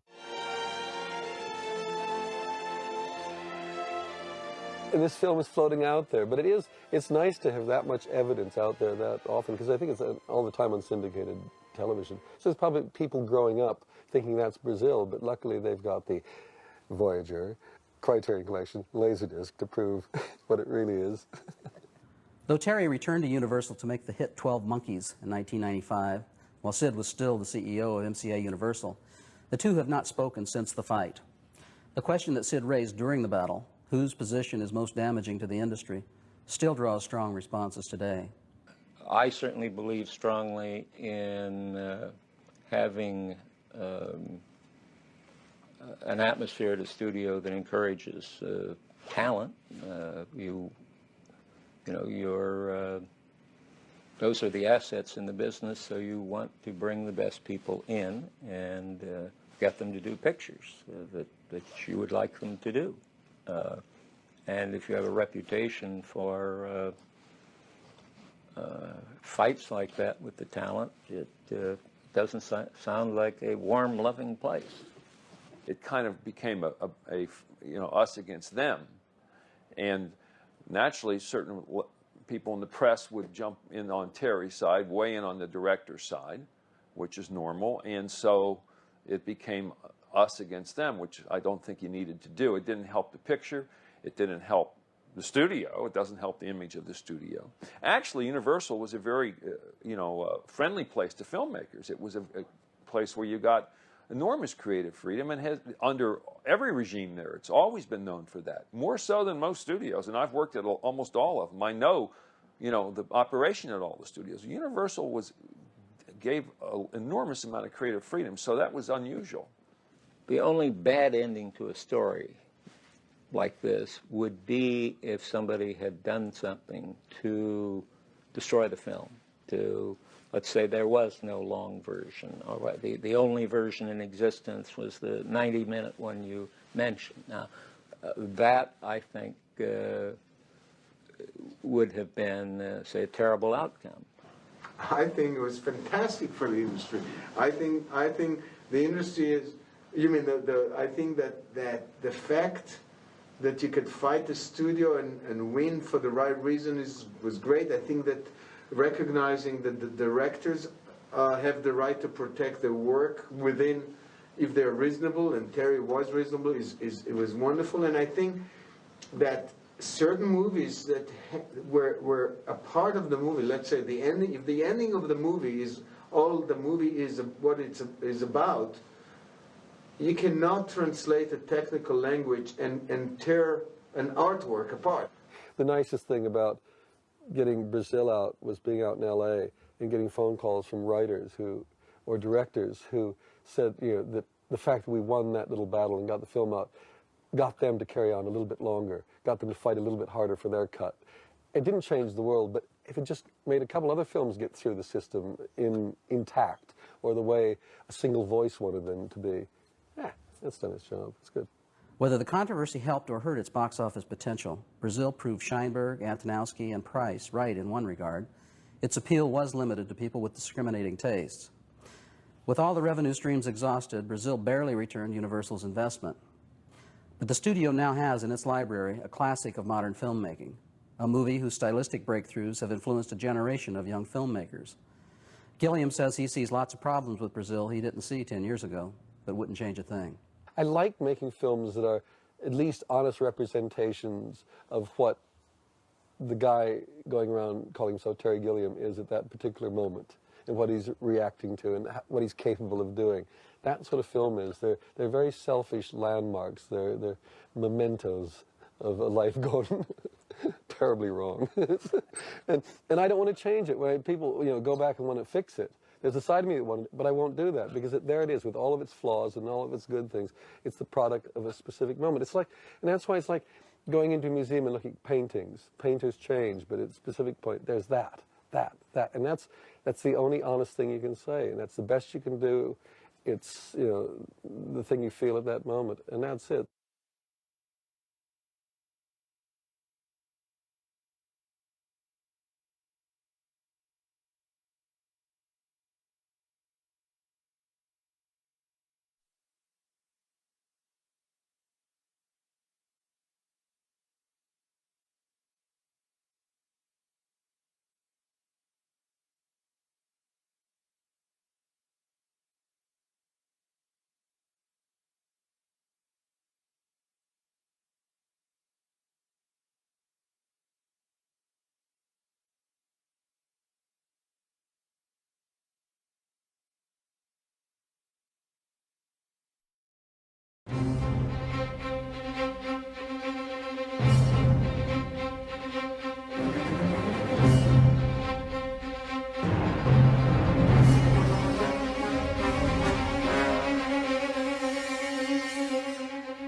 Terry Gilliam's films are nothing if not dense in visual information.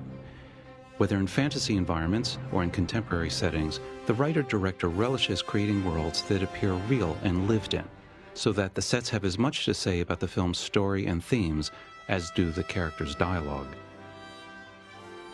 Gilliam's preferred method of working allows for all departments to contribute ideas in an organic, ad hoc approach to the film as a whole, which evolves from his own method of developing filmic ideas, which he described in a 1986 interview. I work in a strange sort of magpie approach. I just start collecting things, and sort of having an idea, a central idea works, to mix metaphors, it works like a magnet, and things just start sticking to it.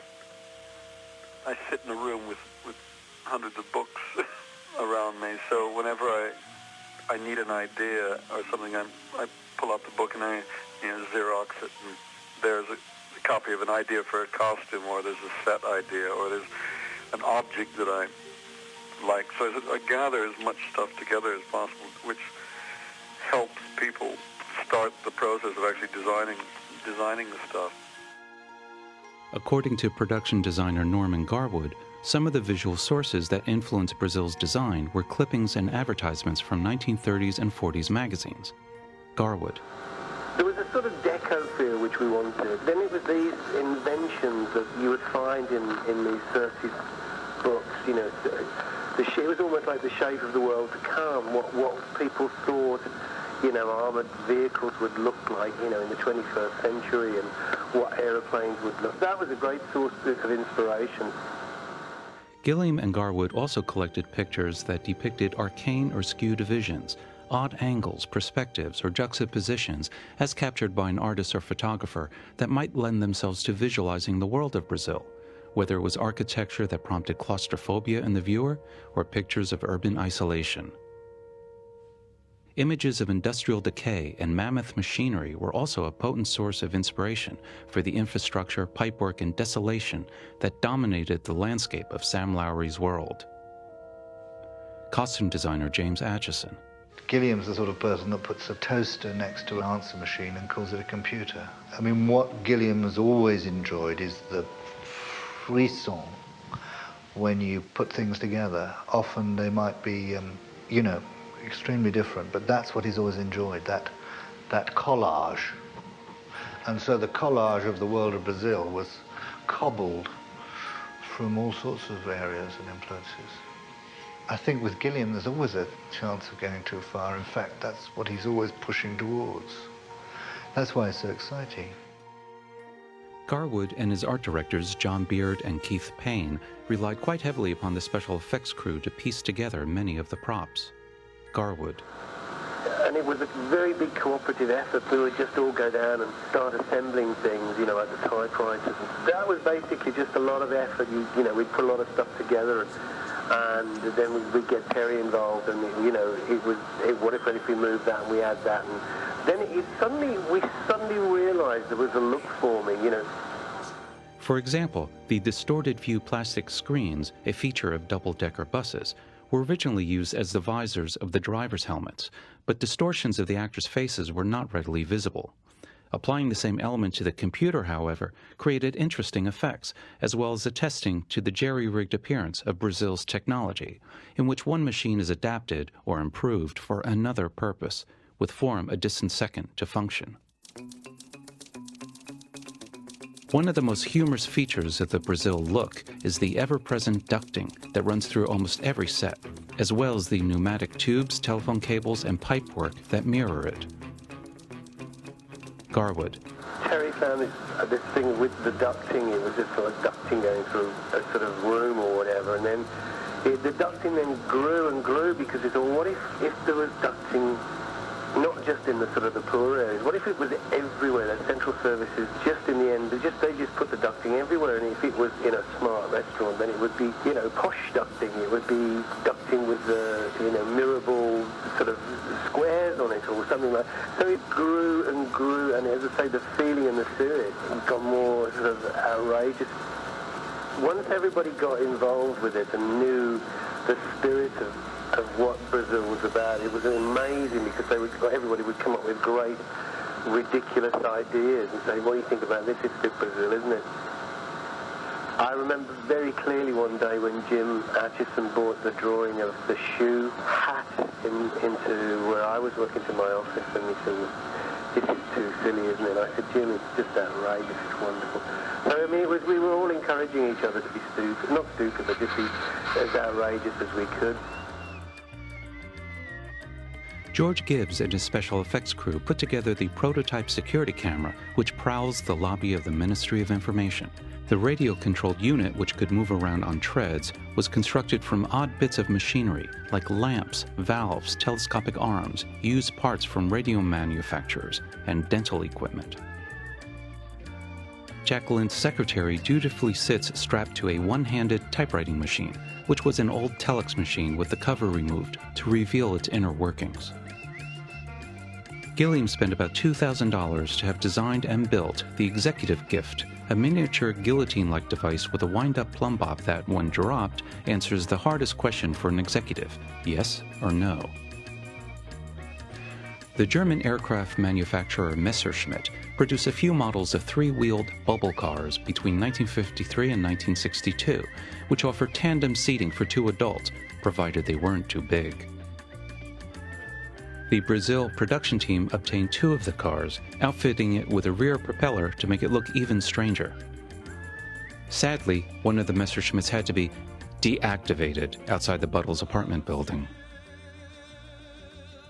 One benefit from watching Brazil more than once is discovering the myriad propaganda posters and advertising signs that infiltrate and sometimes dominate the settings.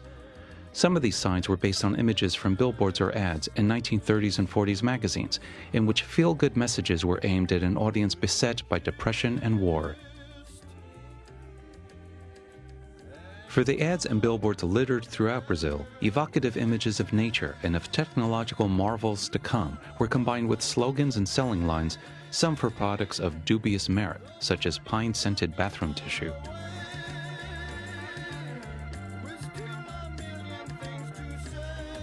What also helps give Brazil its sense of depth is the minutiae that the production team created, down to the letterheads of stationery. The following are examples of computer printouts, reports, receipts, dossiers, police arrest warrants, checks, and other paperwork that is the stuff of a suffocating life for Sam Lowry and the denizens of Brazil, including the dreaded 27B/6.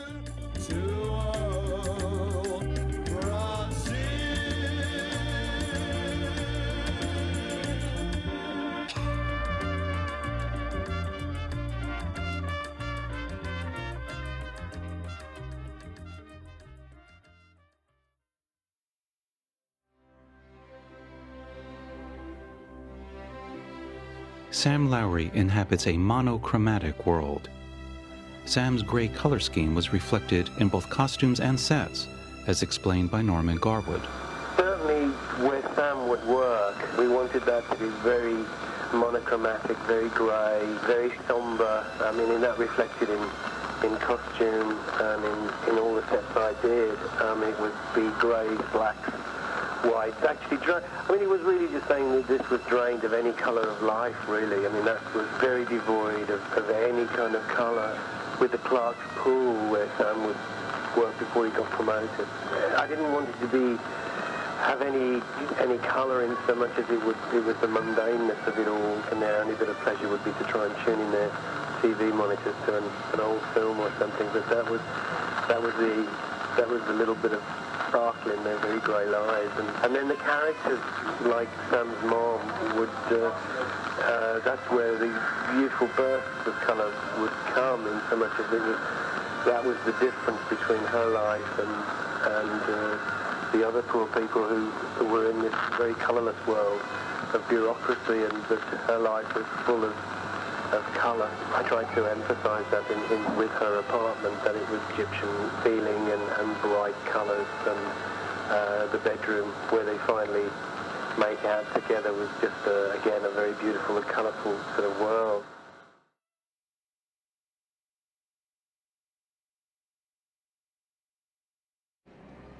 The most unique and memorable location in Brazil was the interrogation chamber.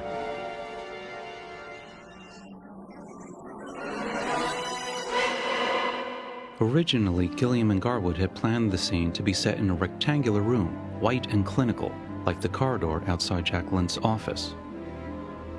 As they were scouting locations at a decommissioned power station in Croydon, they talked their way into a cooling tower to see what it was like.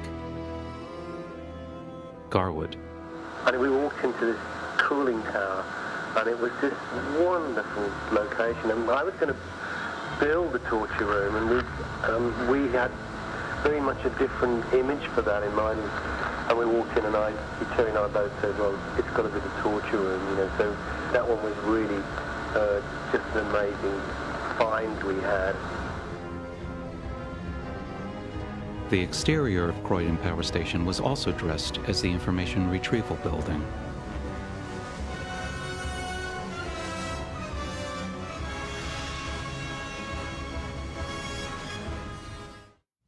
Abandoned for years, rancid, and filled with water and rats, the former CWS flour mill complex along the docks of London's East End served as exteriors for Shangri-La Towers, home of the Buttles, where Sam Lowry visits to offer a refund check. The interior of the mill provided the broken-down corridors and stairwells of Shangri-La Towers. Garwood had found a location for the clerk's pool at the Croydon Power Station, but was told they could not spend extended time there because the area was still radioactive. But while visiting the former flour mill, Garwood found a room filled with large wooden machines. They were flour sifters. It's where the flour was shaken around, these big wooden machines. And what was amazing, it almost was like shouting out, you know, I want to be in the film, because there was gut work going to these machines, and I thought, it's part there already, you know. Downstairs at the flour mill, Garwood also found the corridors of the expediting department, to which Sam Lowry is transferred. Large concrete columns that seemed to go on forever, with large holes in the ceiling, where the flour originally fell through from 12-story grain silos to be loaded into trucks. Garwood built the set as far as he could go, making it into the shape of a cross, and had actors crossing 2/3 of the way down. And then right at the end, he got a scenic artist to paint a single-point perspective of the corridor, just disappearing to one pinpoint. It was a set which disappears to infinity almost, the longest corridor in the world. In contrast to those dark, dank settings that make up Sam's working life, the filmmakers used some brilliant, colorful locations to evoke a world just beyond his reach, a world of elegance, power, and privilege. Leighton House on Holland Park Road in Kensington was built in 1866 by architect George Acheson. Among its features is the Arab Hall, named for its Moorish influences, which sports a gilt dome, peacock blue tiles, marble columns, a gilt mosaic frieze, and fine tiles, woodwork, and ornaments brought from Damascus, Persia, and Rhodes. In the center of the room is a fountain carved out of a single block of black marble. The 1854 mansion Mentimore Towers, originally a residence for Baron Meyer de Rothschild, rested on 80 acres of woodland and ornamental grounds in Buckinghamshire, and in the 1970s became a center for the study of transcendental meditation. Its usefulness as a location was questioned by Gilliam on a scouting trip with Garwood. It was basically a huge hall with a gallery going around on all four sides. We looked at it and Terry said, well, I don't think all the interest is high up. You know, then I said, well, why don't I build a floor to lift everybody up so people come in and go up steps up to this high-level restaurant area first, and then we have the central columns of ducting in there as well. The filmmakers initially met with resistance from some of the staff at Mentmore, who were slightly concerned that they wanted to come and build a restaurant in the middle of their hallway and then blow it up. An understandable sentiment, given that the hall's interior was predominantly glass. According to Garwood, by the time construction was completed and filming commenced, the hall's owners were so taken with the restaurant set that they asked if it could be left intact after shooting finished, ducks and all. The National Liberal Club, built in the 1880s on Whitehall Place in London, was the social hive of the Liberal Party, and even served as government facilities during World War I. In addition to shooting in the ornate winding staircase, the filmmakers used the club's exquisite billiards room as Mother's apartment. Like several of the locations used in Brazil, the Liberal Club no longer exists as it did. In 1984, most of the premises were sold and taken over by the neighboring Royal Horse Guards Hotel. The precinct streets surrounding Sam's apartment were shot at a post-modern housing project in the Paris suburb Marne-la-Vallée. Also located there was the semicircular plaza leading to a theater designed by the Spanish architect Ricardo Bofill, which served as Sam's pathway to the funeral parlor. The Rainbow Room, a disco on the top floor of a department store in Knightsbridge, served as the chapel of Our Lady of the checkout counter. Garwood had to hang a large white canvas from the ceiling to cover the flashing colored lights, which he was not allowed to take down. As seen in the following archival photographs and pictures taken on location scouts, the filmmakers were looking at varied architectural styles for the Ministry of Information, ranging from Art Deco to neoclassical to postmodern. Garwood and Gilliam had looked at many locations for the ministry's lobby, but could not come up with one that was suitable or available. Garwood finally decided to build the set, believing it cheaper than extending their search for a feasible location any further. The same set was used both for the Christmas-themed lobby at the Department of Records, where Sam runs into Jack Lint, and for the lobby of information retrieval, when Sam is promoted. Several other sets were also built at Lee International Studios in Wembley. The white-tiled corridor leading to Jack Lint's office was a build and stood out from other settings at the ministry for its sterility. As the tiles were being laid into the walls, small bits of white card were inserted in order to keep the tiles an eighth of an inch apart so grouting could be added. Gilliam then came to the set before the tiles were grouted, with the cards sticking out like razor blades. Garwood. And he said, "Can we leave it?" No, it was one of those things where I said, "It looks silly." No, I said, "It looks terrible." And he said, "No. He said, "Leave it, please leave it." So we left it, and it did have a great quality. It looked like really dangerous. It looked like a tile corridor with razor blades sticking out of it. Jack's office had a curved wall hinting at the interrogation chamber next door. Another distinctive element of the set was the glass blocks that Garwood had obtained from Germany after spotting them in an old magazine. I felt it was very much a Brazil feel. We tried them with one set, and they were so beautiful once we got them in, and it was one of those things that everyone said, they are amazing, and let's use them again, and then it was like a question of where else would they look really cool. In addition to their unique aesthetic, they allowed for lighting from outside, and at the suggestion of DP Roger Pratt, lighting the padded cell from above and below. Other sets constructed included Sam's apartment and its adjoining balcony, Mother's mirrored bathroom, where Sam accepts his promotion, the technician's office, and the transport cage.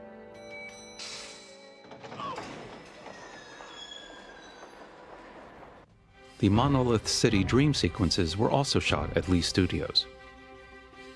Other locations included the BP refinery on the Isle of Grain, Kent, as the hellish inferno where Jill picks up a mysterious package, and Cumbria in England's Lake District, where Sam and Jill's escape to the wilderness was photographed. Norman Garwood. When I finished that movie, there were other offers. People would ring you up and say, we want this kind of Brazil look. And everybody knows what it is. Personally, once you've done it once, I don't think you can top that as a film to do. It's been imitated quite a few times, but I personally I wanted to shy away from doing anything like that again because it was the time, it was when we did it, it was the people, it was just the mood at the time, I think, and Terry's influence, and all of us young whippersnapper designers. It was just so right, Brazil, when that came out, and there was so much energy. I cannot tell you which went into that movie. That's what made it such a visual tour de force, I think, and it was just a big effort from everybody. It's one of those films that won't date because it never had a date, and I think that's the beauty of it. It'll have a look that will last forever, I think.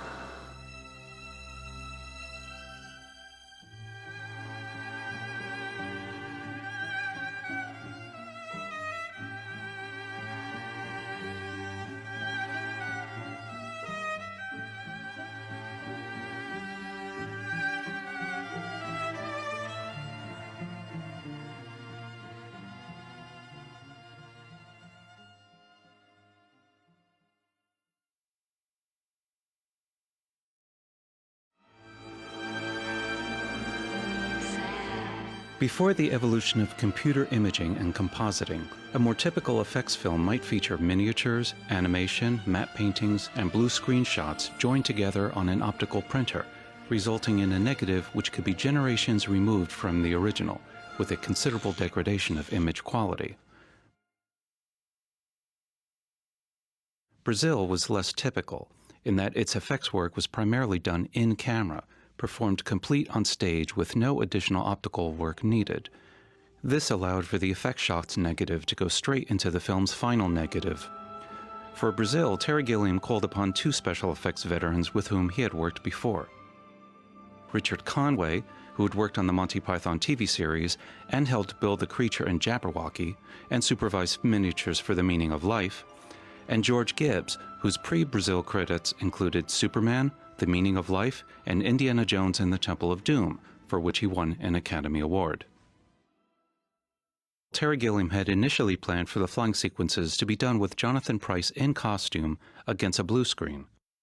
Because of the complexity of the flying sequences and the difficulty Pryce faced wearing the harness and rigging, the filmmakers relied more and more upon a model, which ultimately performed most of the aerial shots.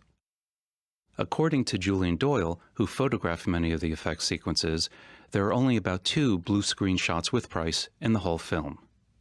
The model of Sam was 8 inches long and its limbs were made of lead, jointed so as to flex and bounce realistically. Using control wires and radio controls, a tiny motor inside the model generated movements of the wings. The flying figure was shot in front of a vast painted sky backdrop with artificial clouds and blazing arc lights. Julian Doyle.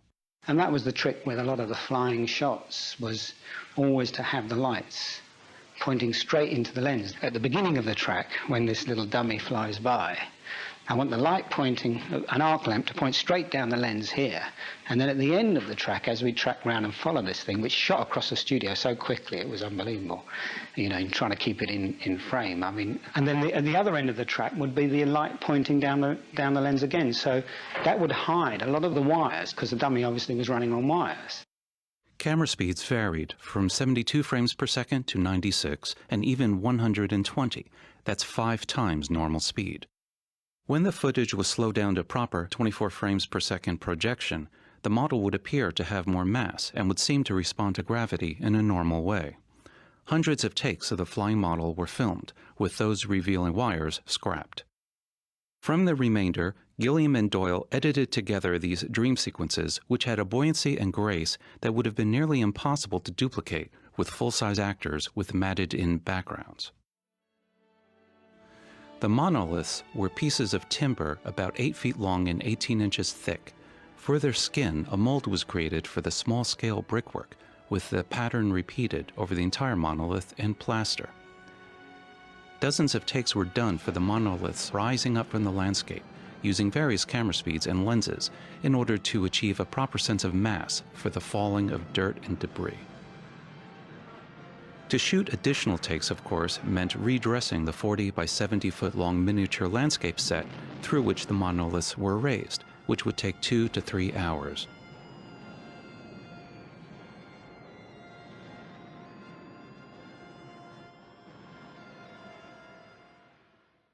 One dream deleted from the final film that at least made it to the shooting stage was the eyeball sequence, in which hundreds of eyeballs make up a vast landscape. Effects supervisor Richard Conway called it a quite grotesque problem. The eyeballs, about 900 were made in all, were standard-issue billiard balls, with holes drilled to accommodate the mounts and gears required to move them. The irises were reduced photographs of eyes glued onto the balls. Conway set up a cam system underneath the tabletop so that each eyeball on the outside of the set would have a more oblique angle than the ones at the center. As Sam would fly over the landscape, the eyes would all move, but each with a slightly different axis, each focused on the tiny figure above. The camera was only about 10 inches from the eyeballs in front, using an extremely wide angle. The depth of field of the shot was from about 6 inches to infinity.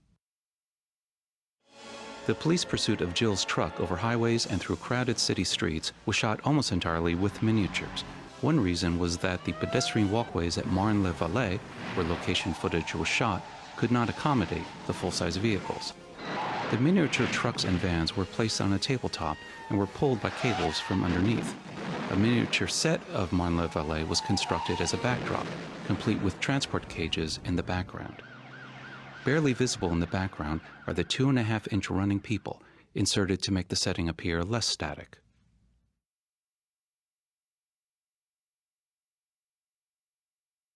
But miniature photography was not limited to models. During Sam's duel with the towering samurai warrior, a boy stand-in was used in long shots, dressed in a scaled-down costume, in order to heighten the sense of perspective between the two combatants. He was also used in the Brick Kurtzman sequence to similar effect.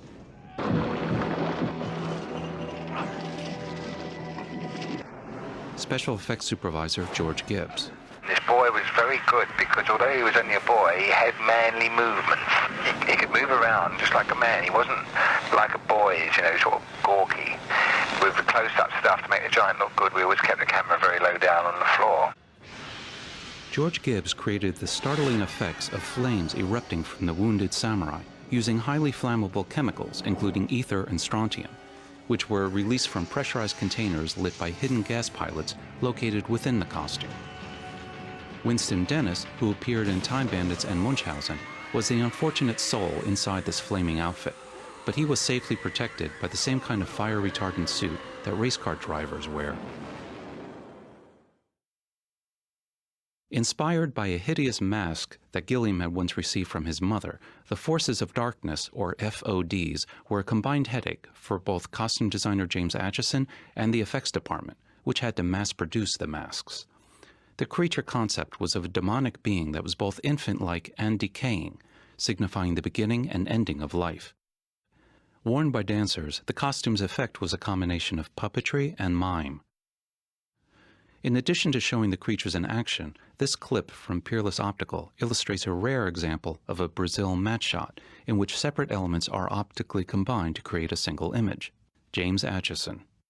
These creatures, I remember he did a little drawing for us, and we attempted to faithfully recreate this, and it never quite worked. The strange idea of a creature with a baby mask went through all sorts of tests and rehearsals, and it never was the convincing image that I hoped it would be. Terry had drawn something which was really very difficult to achieve. I remember he had a very firm idea of what that image was, and it was an image that we tried very hard to make work, and it never really did. And now, again, I take full responsibility for it, but I wish we could have gone on our tack and brought him in at a later date, which was usually the procedure. The most gruesome effect in the film appears when Sam Lowry spills the contents of Mrs. Turaine's coffin. The woman who had undergone acid treatment from the notorious Dr. Chapman had been reduced to jelly and offal, which pour onto the floor. George Gibbs. We made a live cast, and we made a mould, and then we made it with aspic, put lots of bits of plastic in and some entrails and things, and then we poured it in moulds and then just waited for it to cure. So it was a real difficult job. The last miniature effect performed for the film was perhaps the most cathartic, the destruction of the Ministry of Information building. The explosion was created using naphthalene and was recorded at high speeds by several cameras, up to 360 frames per second, 15 times normal speed. The textures of Brazil's non-computerized special effects give the film an organic quality, a realism, that makes the film's flights of fantasy and its human drama all the more seductive and unforgettable.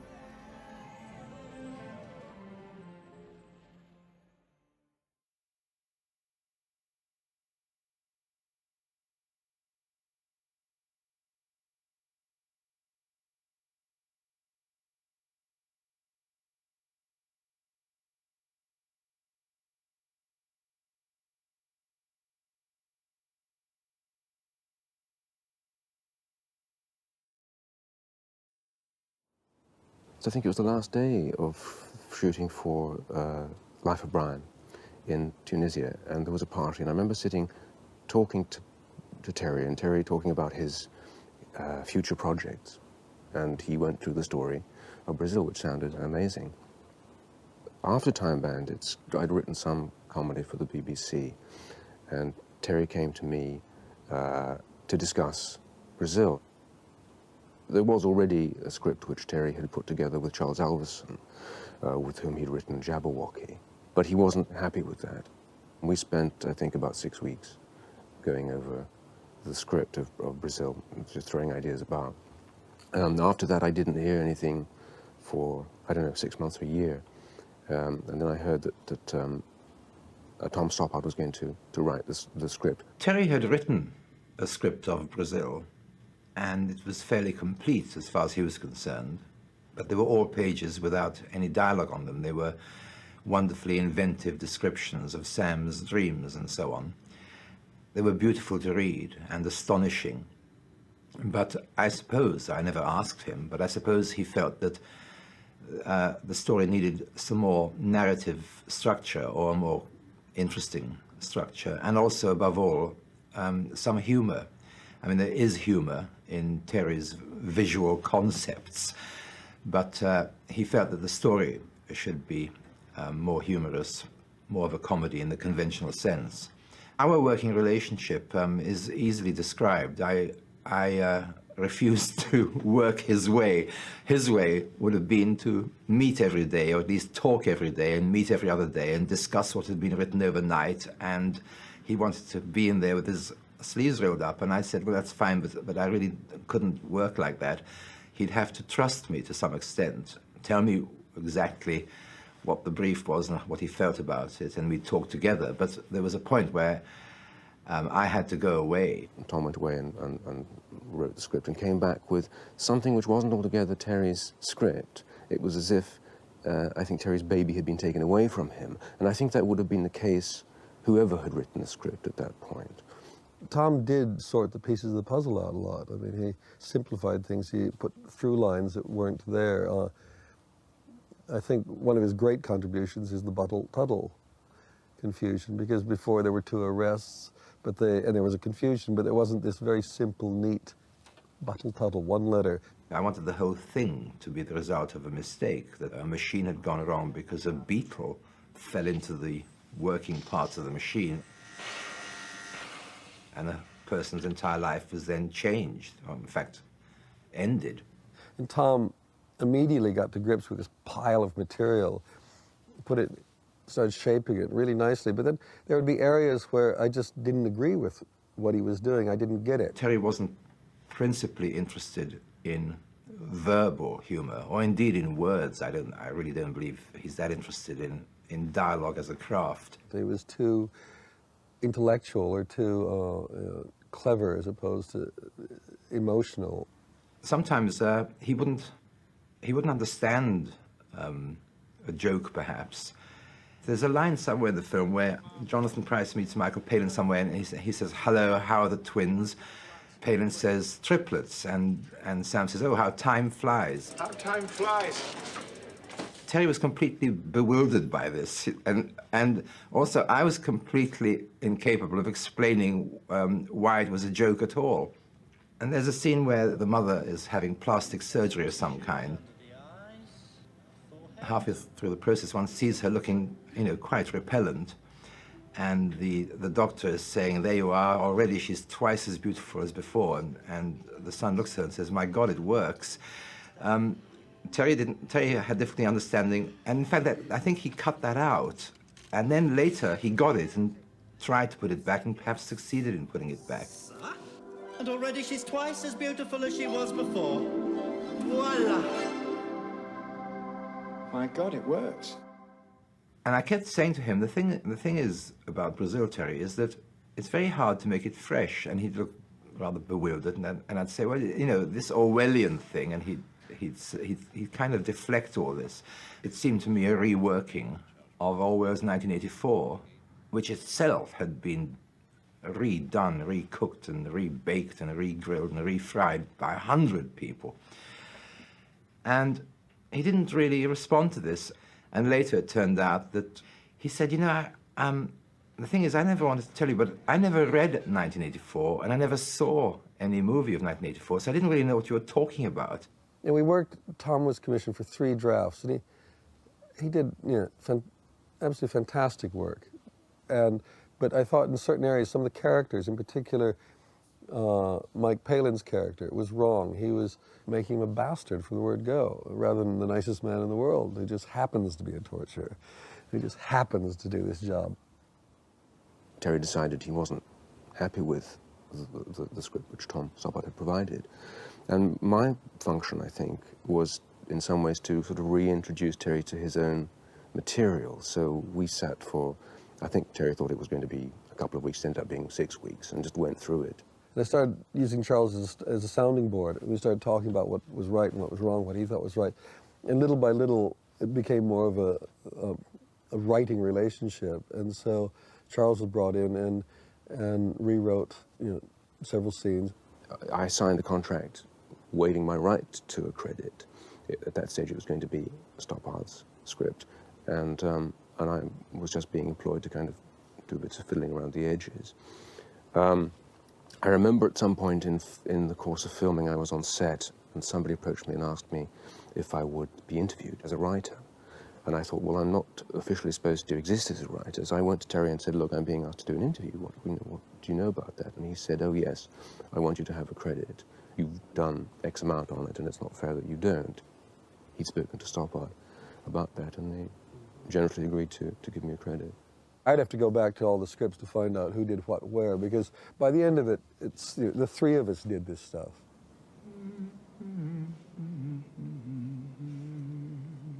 It was just amazing to be servicing, as it were, as a writer, this story which was unfolding, which was full of very exciting contradictions in some way, as well as there being a strong story going through it. It was full of kind of, Terry was, I think, resisting ironing the thing out. It could have been a simpler story. It could have been more logical in some ways, but it would have been much poorer as a result. And I think one of the kind of things he was in the process of doing was maintaining richness of texture and resisting the temptation to clarify, which would have possibly produced a less interesting result.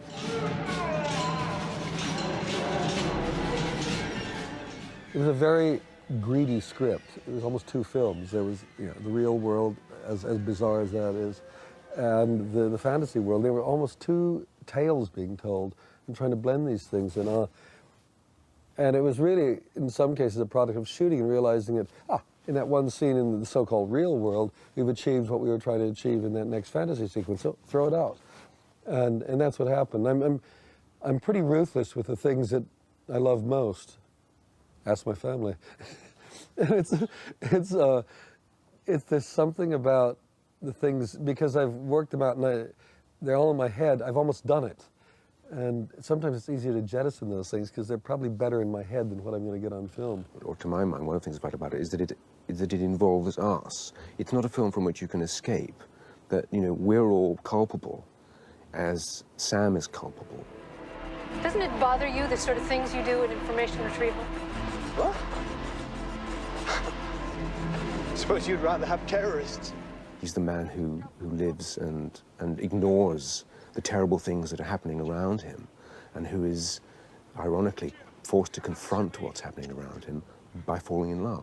I'm looking for a girl with blonde hair. She's medium height, green eyes. And the act of falling in love, in the course of which he's reborn, is what, paradoxically, sort of kills him. I don't know whether Terry has what you'd call a political philosophy. Probably like most of us, he wouldn't think of it as that. It's common man's morality that there comes a point where you may well have to reply violently to violence. You okay? Tuttle. Call me Harry. It's not a pacifist film, but I suspect that it wasn't made in order to make any universal point. I don't think it was a film made to propose a thesis about violence and morality. I think it was more to do with just a gut fear against the way the future was going and a comic defense against it through trying to show up its absurdity.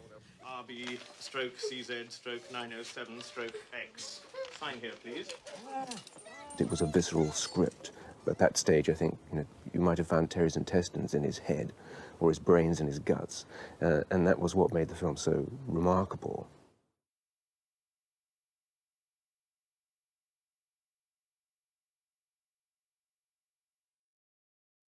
I wish I could remember exactly when I shifted from Maria Elena to Brazil, because the version of Brazil that then took over from this very beautiful lilting guitar solo was Brazil by Jeff Moldar, and it's the one that's used when Jonathan is driving along in his little Messerschmitt, and it's a very silly version of Brazil with burping and lots of funny noises in it, but it was one that always made me laugh.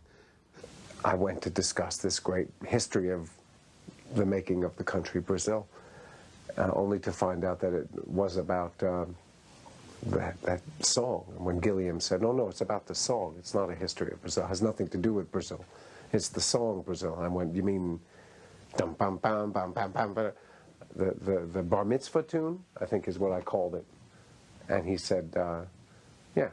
And I actually tried to convince him to use a better piece of music. I said, you don't want to base an entire film on that song. Have you shot it yet? No.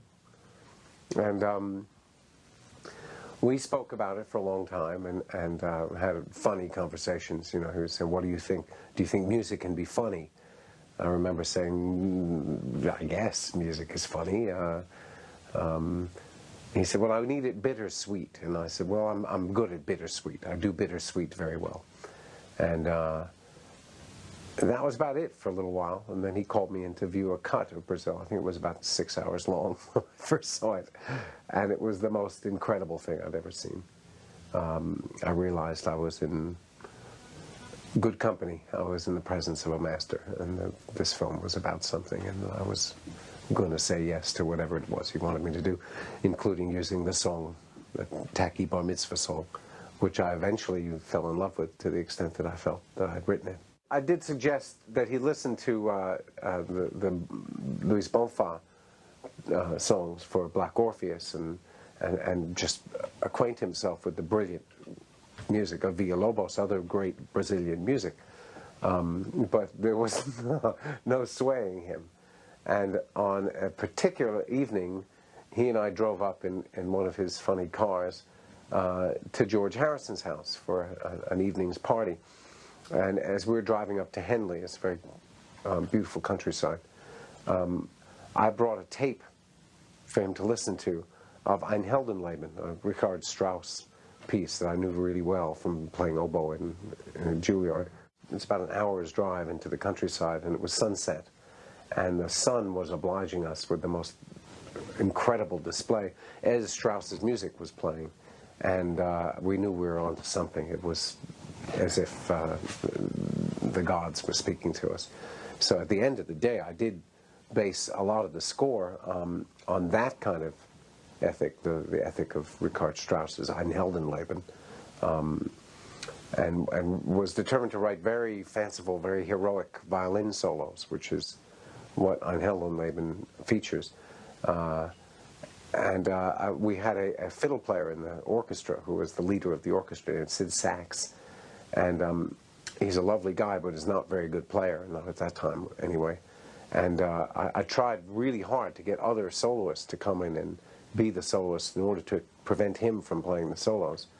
And I failed. I was trying to get Pinchas Zuckerman, who was a good friend, and other soloists to come in, but I failed, and Sid Sachs wound up playing the solos.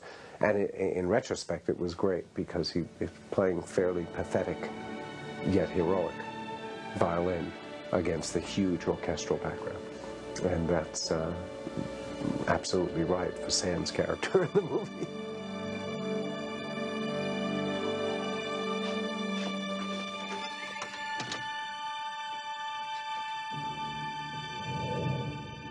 A lot of filmmakers can't cut without music. Julian and Terry did. they chose very sparingly, often the same cue. There were a lot of Strauss waltzes that would turn up, because Gilliam has a fascination for Strauss waltzes.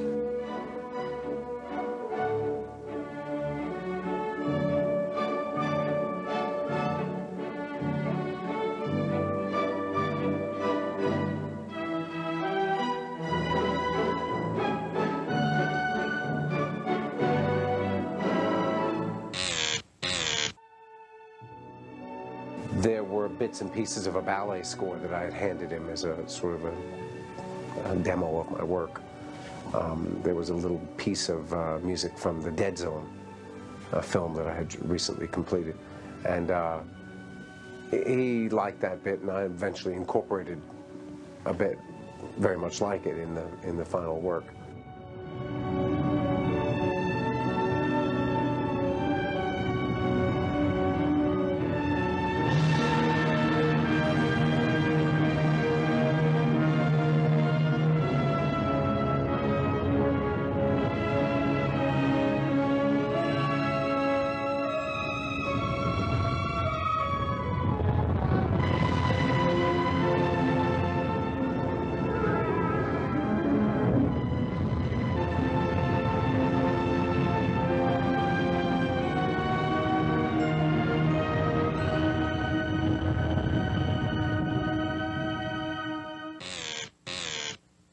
Whenever I could, I made music out of the song.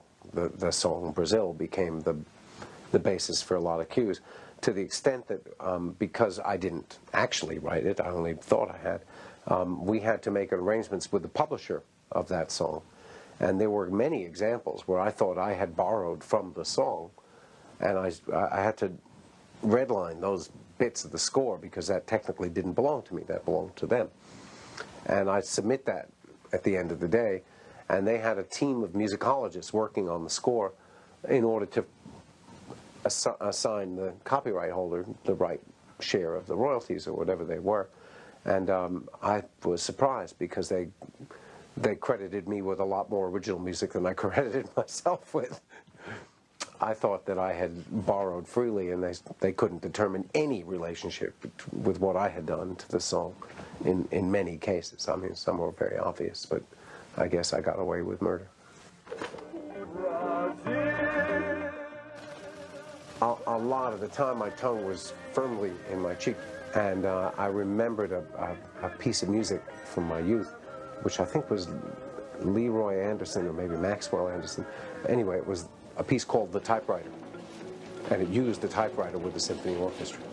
So I had the typewriter beating the rhythm of ding, ding, ding, ding, ding, ding, ding, ding, ding, ding, ding, ding, ding, ding, and I made the whole cue based on that thing. And I said, oh, that's funny. I worked with Terry and with Ray Cooper, practically living in my back pocket the entire time we were working on the score, and they kept urging me further and further. There were some cues that were written 3 and 4 and 5 times. And in those days, I was doing all my own orchestrating. It would be a flurry of pages and discard them and do it all again. There were no constraints. Ray Cooper was a genius, still is, I suspect, at helping to guide me through the uses of the theme. This bit of the theme is for this character, this bit of the theme is for that mood, and it all made great sense at the time. But it was a fairly painstaking process of trial and error and elimination and attempts that went wrong and doing it again. And it was a great working process that, you know, normally a film score takes, well, it should take 8 weeks, but normally it takes 2 weeks. And we worked on that film for about 6 months. I didn't ever try to set it in any particular period. I mean, we used big orchestras, I used kazoos, I used 1,000 people singing, I used one guy singing, I used a solo cello. It was mostly about the land of creativity, because the land that he had to depict was the land where creativity had been killed, creativity had been stifled. And so we could best show that by being as creative as as we are able to be.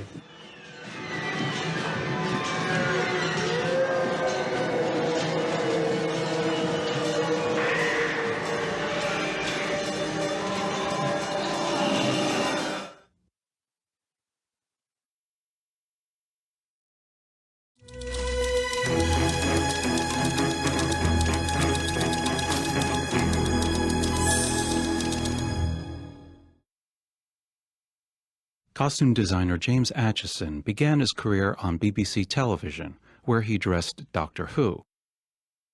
And he worked with Terry Gilliam and the Pythons on Time Bandits and The Meaning of Life. Following his work on Brazil, Acheson went on to win 3 Academy Awards for The Last Emperor, Dangerous Liaisons, and Restoration. For the hyper-reality and fantasy of Brazil, Acheson looked for inspiration from the surrealists to designers of military hardware. The influences were everything from Schiaparelli through to, the latest developments in personal detection. Strange catalogues of protective gear and police badgery and, uniforms. And again, a lot of American influence in the sort of flak jackets and lots of protective bits and pieces. And I guess we were always looking to America, I'm afraid. The nightmare always tended to point us towards America. We would get the tallest guys we could find. I think everybody had to be at least 6'4", and then these huge great coats, grey coats, which had a sort of slightly Prussian feel to them, but they were built over the top of American football padding to make them really big. But it was an idea that didn't work. They were supposed to be these huge, big, grey rectangles with chromium heads. You don't get it on film. On set, they looked enormous.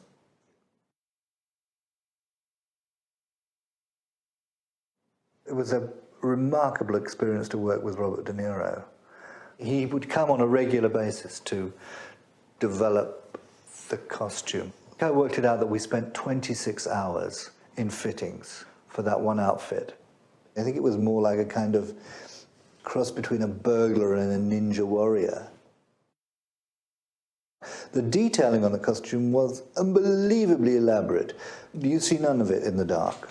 We had such exhaustive fittings for that outfit. I've since worked with him again. He hasn't changed, and he's a delight. I love him, don't get me wrong. I mean, he is extraordinary, and it's much more enjoyable the second time round. Sam's winged warrior outfit, it was based on all sorts of things. Pavel Chelychev's paintings, space suits, Icarus, an anatomical suit as well. The anatomy came into it. And I think those were the main influences. We designed a 14-foot wingspan on the back of Jonathan Pryce. So there were transparent feathers on a metal frame. So it was like an angel, but also a man in a flying machine. And he operated it by pulling these handles. Because our wings were made on carbon fiber rods, we had this, when we actually had built them, we discovered we'd got this really very nice sort of whip to them. So our Icarus figure glided, and when he moved his arms, he had this rather beautiful fluid movement that the carbon rods gave us. My favorite shot in Brazil is Jonathan Pryce landing with the wings. Unfortunately, Terry then wanted him to fold his wings up, which was something the wings were never designed to do.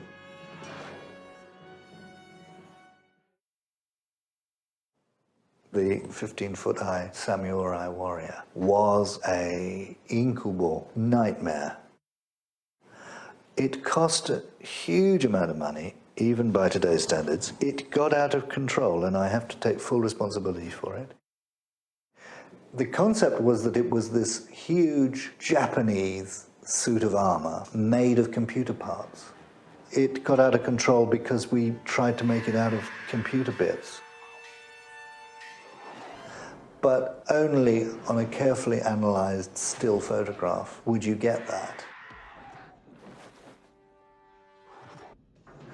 And it was then put on dear, much loved and now departed Winston Dennis, who had a very dodgy foot or ankle or knee or something, so he couldn't really walk in these enormous built-up shoes and a very heavy costume and a mask and a helmet and a flag rig behind him, and it was very heavy, and it was, Terry got very impatient with it.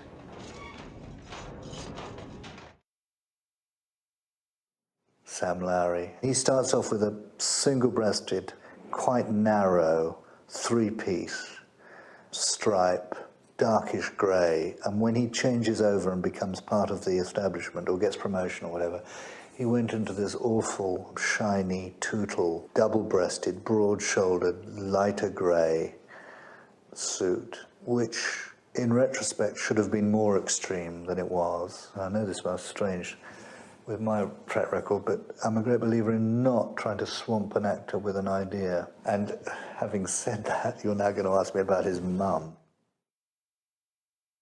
She was wonderfully supportive about what I thought was a kind of fairly crazy thing to do. The idea being is that everybody else in the restaurant would also have rather strange things on their heads that related to the restaurant. And in fact, you don't see any of that. Years later, I remember her saying everybody always asked her about the shoe on her head. I thought she brought it off brilliantly. She just wore it with such style. It's really bizarre, you know, it's one of those things that probably got me the next job.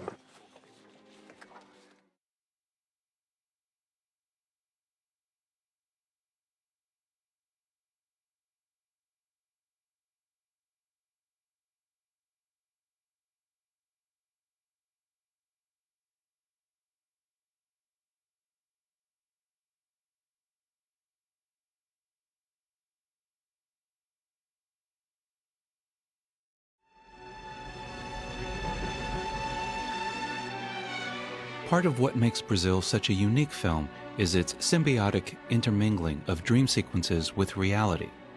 The narrative of these fantasy sequences changed only slightly during the several years between Terry Gilliam's first treatment and the final script.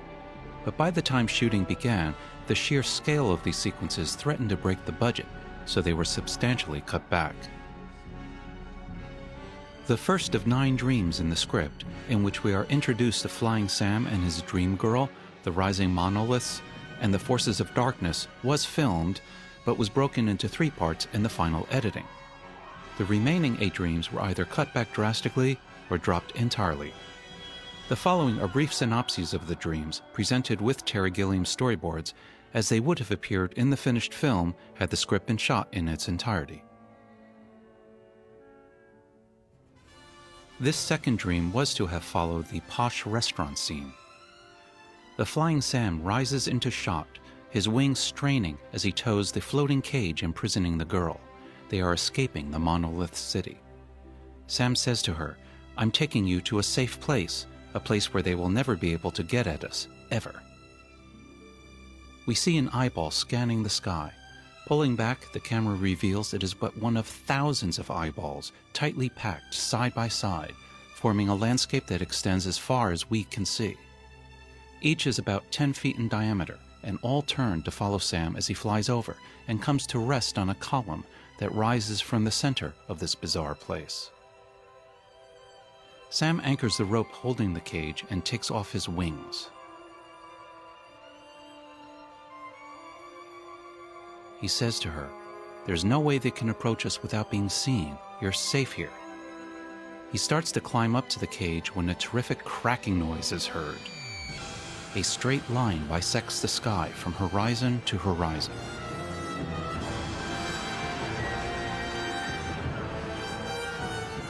Another cracking noise is heard, and another line appears, and another. Soon the sky is covered by a mammoth grid. A sound like grinding stone is heard as a square of sky formed by this grid starts slowly sliding upwards. a hole is left in its place. More and more blocks of sky slide upwards, leaving more and more black, empty spaces. The grinding noises are deafening as block after block of sky is removed. The eyeballs madly look this way and that. The light begins to fade. The girl cries out for Sam to save her. He tries to pull the cage down towards the platform, but it's too late. Only one block of sky remains. Slowly it slides upwards and disappears, leaving Sam in total darkness. Maniacal laughter is heard. Sam switches on a searchlight. Its beam catches something black that is moving. Sam loses the girl in the blackness.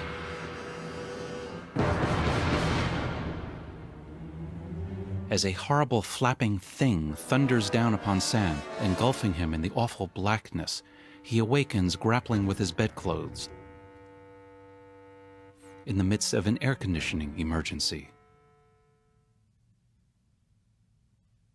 This third dream was to have come between Sam's abortive phone call to Central Services and the arrival of Harry Tuttle. As Sam nods off with his head in the refrigerator trying to keep cool, a jar of pickled onions falls to the floor, shattering, sending milky white spheres everywhere. Spheres which turn into giant eyeballs hurtling through space. Sam is clinging desperately onto one of them.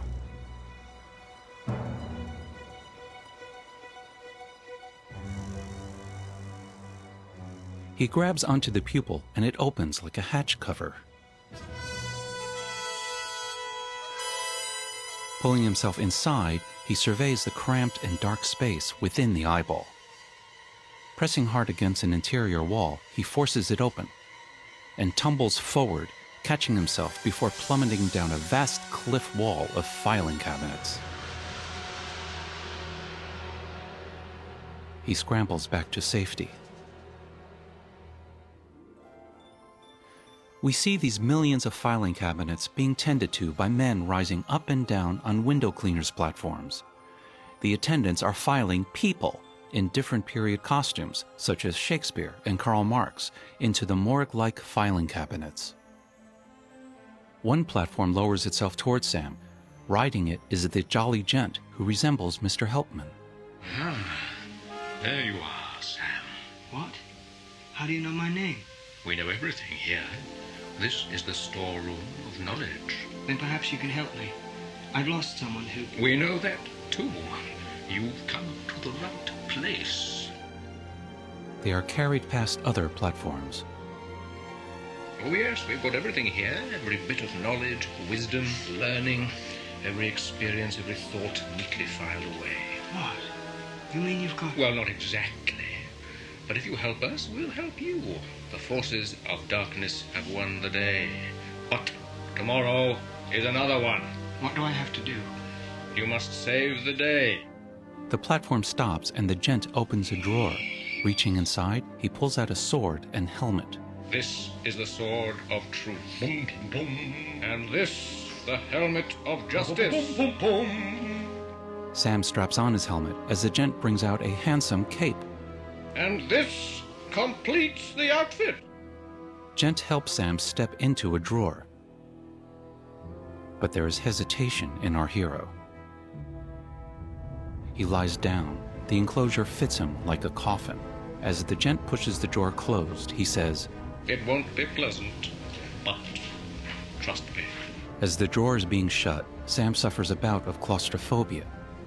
He struggles to keep the drawer from closing, and through the crack he sees not the jolly gent, but a samurai warrior's masked helmet.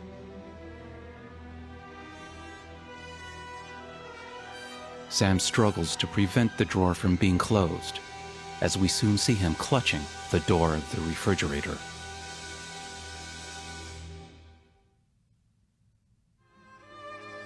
With his apartment a maze of ducting and sputtering pipework, thanks to the good people at Central Services, Sam collapses, staring at the printout of Jill.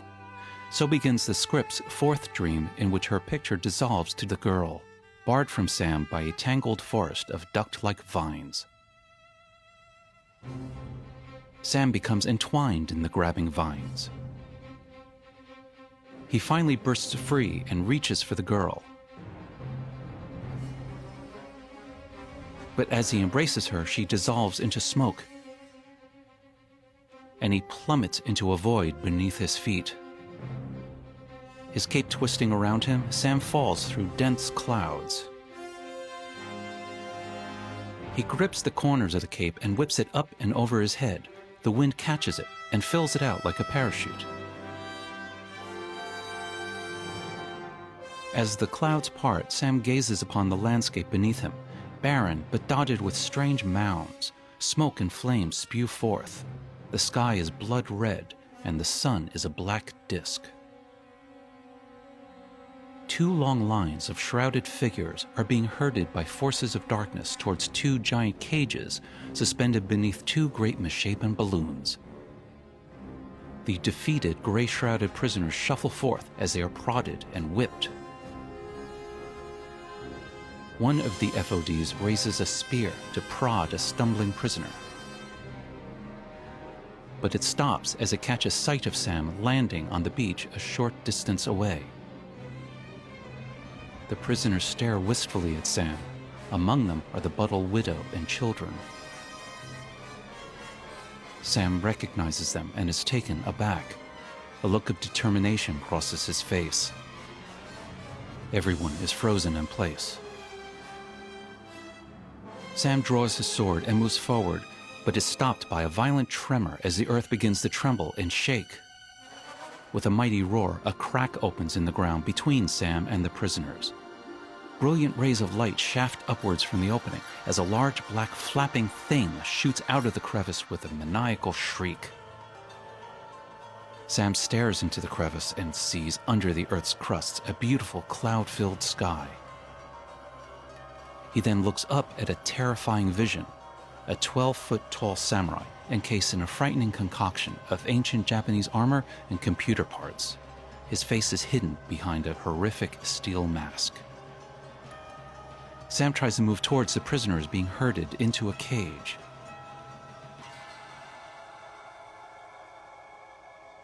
The samurai warrior stands ominously still. Then he slowly raises his spear as if in a religious gesture and vanishes. The light and the crevice vanish as well. Hearing maniacal laughter, Sam looks up to see the ballooned cage packed with gray prisoners rise up from the ground and begin to float away, escorted by the black flapping thing. Sam chases after a dangling rope and grabs hold, but one of the FODs severs it, sending Sam crashing to the ground. Spotting the second cage still tethered to the ground, Sam rushes over and begins chopping at the rope. The cage bobbles ungainly as Sam cuts the last restraining rope. He grabs onto the rope and is lifted into the air. But before he can climb up to the cage, Sam feels something clutch one of his legs, then the other. Looking down, he can see that from one of the smoking mounds protrudes two arms and a face that looks like Mr. Kurtzman. It speaks to him. "Don't go, it's a trap. She's not what she seems." Sam kicks and strains, but the hands hold firm. He's then awakened by the arrival of the singing telegram lady. This dream was to take place as Sam waits for Harvey Lime to complete his computer search for Jill Layton.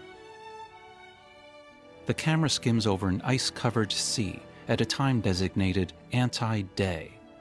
From the point of view of Sam riding in a hijacked cage, we see in the distance a strange massive ship. It is a ship carved out of stone, like a great medieval fortress on the water.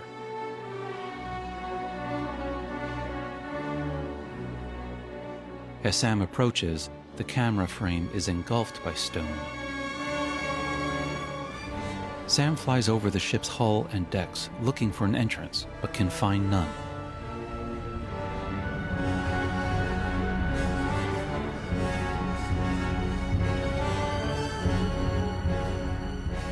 Sam spots a loose stone forming a ledge.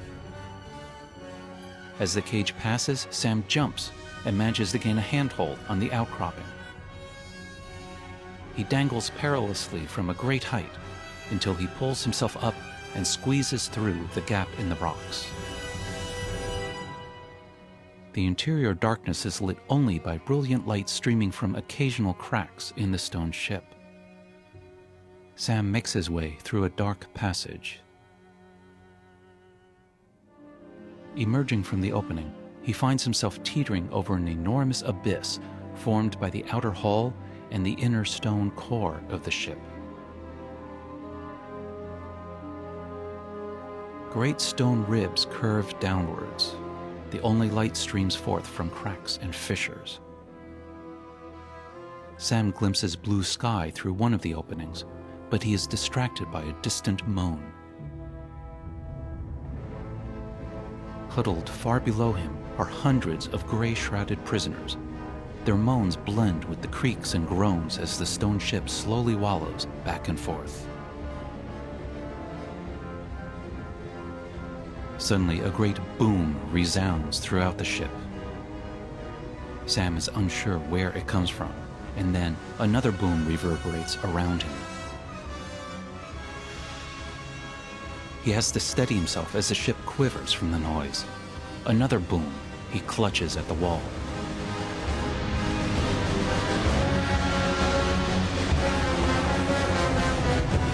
As Sam awakens, he realizes that Lime has been banging on his office partition with news.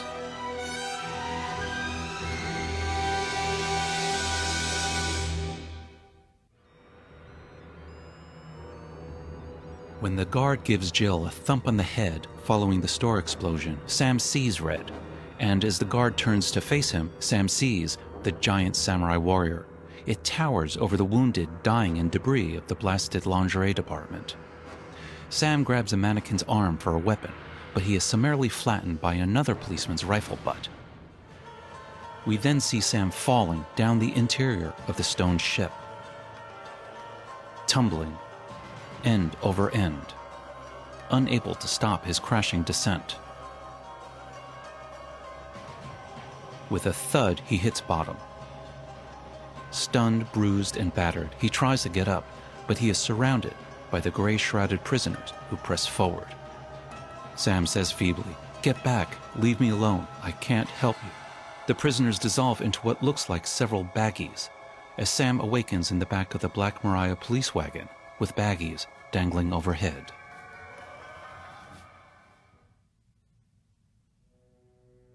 As Sam departs the ministry building, feeling depressed and anxious over the whereabouts of Jill, he begins to retrace their first journey together, down the front steps and around a corner to where Jill's truck had been parked. The only hint of this once-upon-a-time presence is a small splotch of oil by the curb. The streetlight is reflected in the pool of oil. As he stares at the reflected light, it expands and becomes a patch of blue, cloud-filled sky. Sam turns to look at the actual streetlight. It has become a crack of blazing light coming through the wall of the great stone ship. The scene dissolves to the script's seventh dream, on the stone ship. As Sam pushes through the crowd of prisoners, he hears his dream girl's voice saying, "I'm here, Sam, don't give up." Illuminated by the streaks of light shining through the cracks in the ship's core, Sam's wings are seen, beautiful shimmering silver, nailed to the wall as in a crucifixion. Sam rushes towards them and begins to pull them loose. But before he can, a great cracking noise is heard, and a shadow falls upon Sam in the wings. The inner wall has split open, and standing there once again is the giant samurai warrior. Sam draws his sword and rushes towards the giant, who repeats his trick of raising his weapon and vanishing. Gilliam did not storyboard the duel between Sam and the giant, which plays out in the film very closely to how it is described in the script. Sam approaches the fallen warrior. Reaching down, he removes the samurai's mask. Sam catches his breath. The face he sees is his own. While he stares in amazement, fire begins to melt the face until it is unrecognizable.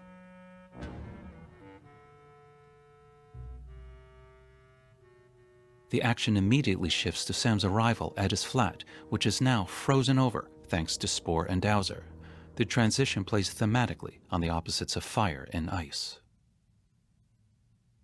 Following the deletion of Jill and her line, "Care for Little Necrophilia," the screen is filled with brilliant white clouds rushing about in a beautiful blue sky.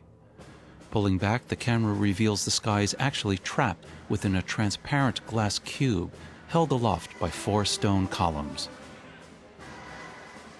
The amazing scale of this cube is demonstrated by the tiny figure of Sam flying around it, his wings gleaming in the light.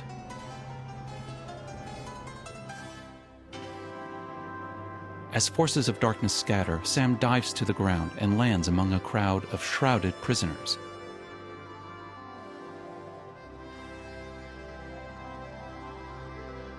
He unsheathes his sword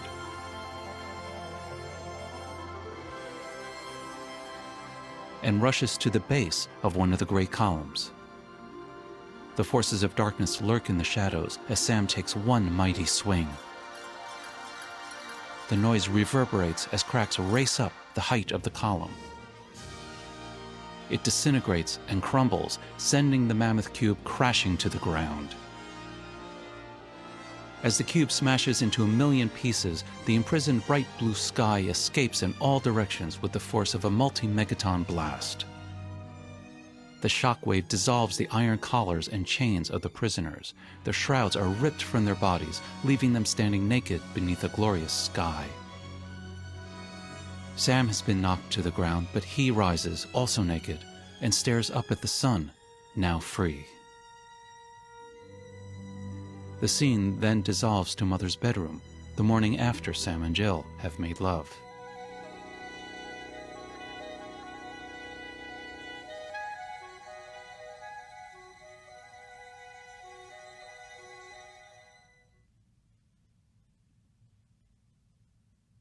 After being arrested and churned through the Ministry of Information's processing center, Sam struggles with more forces of darkness, who now fill the screen. Sam disappears among them, and his rays spread-eagled above a black sea of FODs. Maniacal laughter is once again heard. He is turned in its direction. The black flapping thing rises from the ruins of the stone columns and flies towards the camera. In the background are the towering file cabinet skyscrapers of the storeroom of knowledge. The black thing hovers over Sam. It slowly twists and unfolds like a deadly flower blooming in slow motion. Its interior becomes visible, and there, in the billowing blackness, is the girl. She calls for Sam, but hers is not the alluring feminine voice that has beckoned him before. It is now the voice of the evil black thing. Sam struggles with his restraints, but to no avail. From the darkness above descends the jolly gent on his window washer's platform. He is now dressed as Father Christmas. The gent says, "Sam, what are we going to do with you?" The girl/flapping black thing's laughter echoes through as the scene shifts to Sam Lowry in the padded cell, facing Mr. Heltman, dressed as Father Christmas.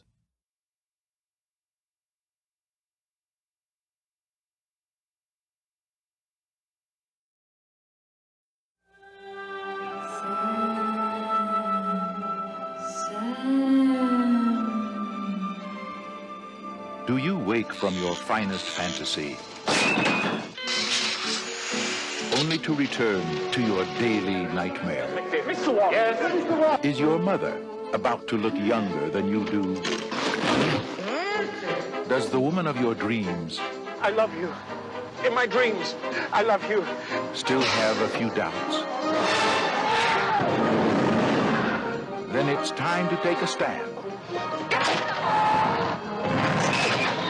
To break out of your dull, humdrum life and into Brazil. You're so pleased you could make it right this way. It's about flights of fantasy and the nightmare of reality. We're all in this together.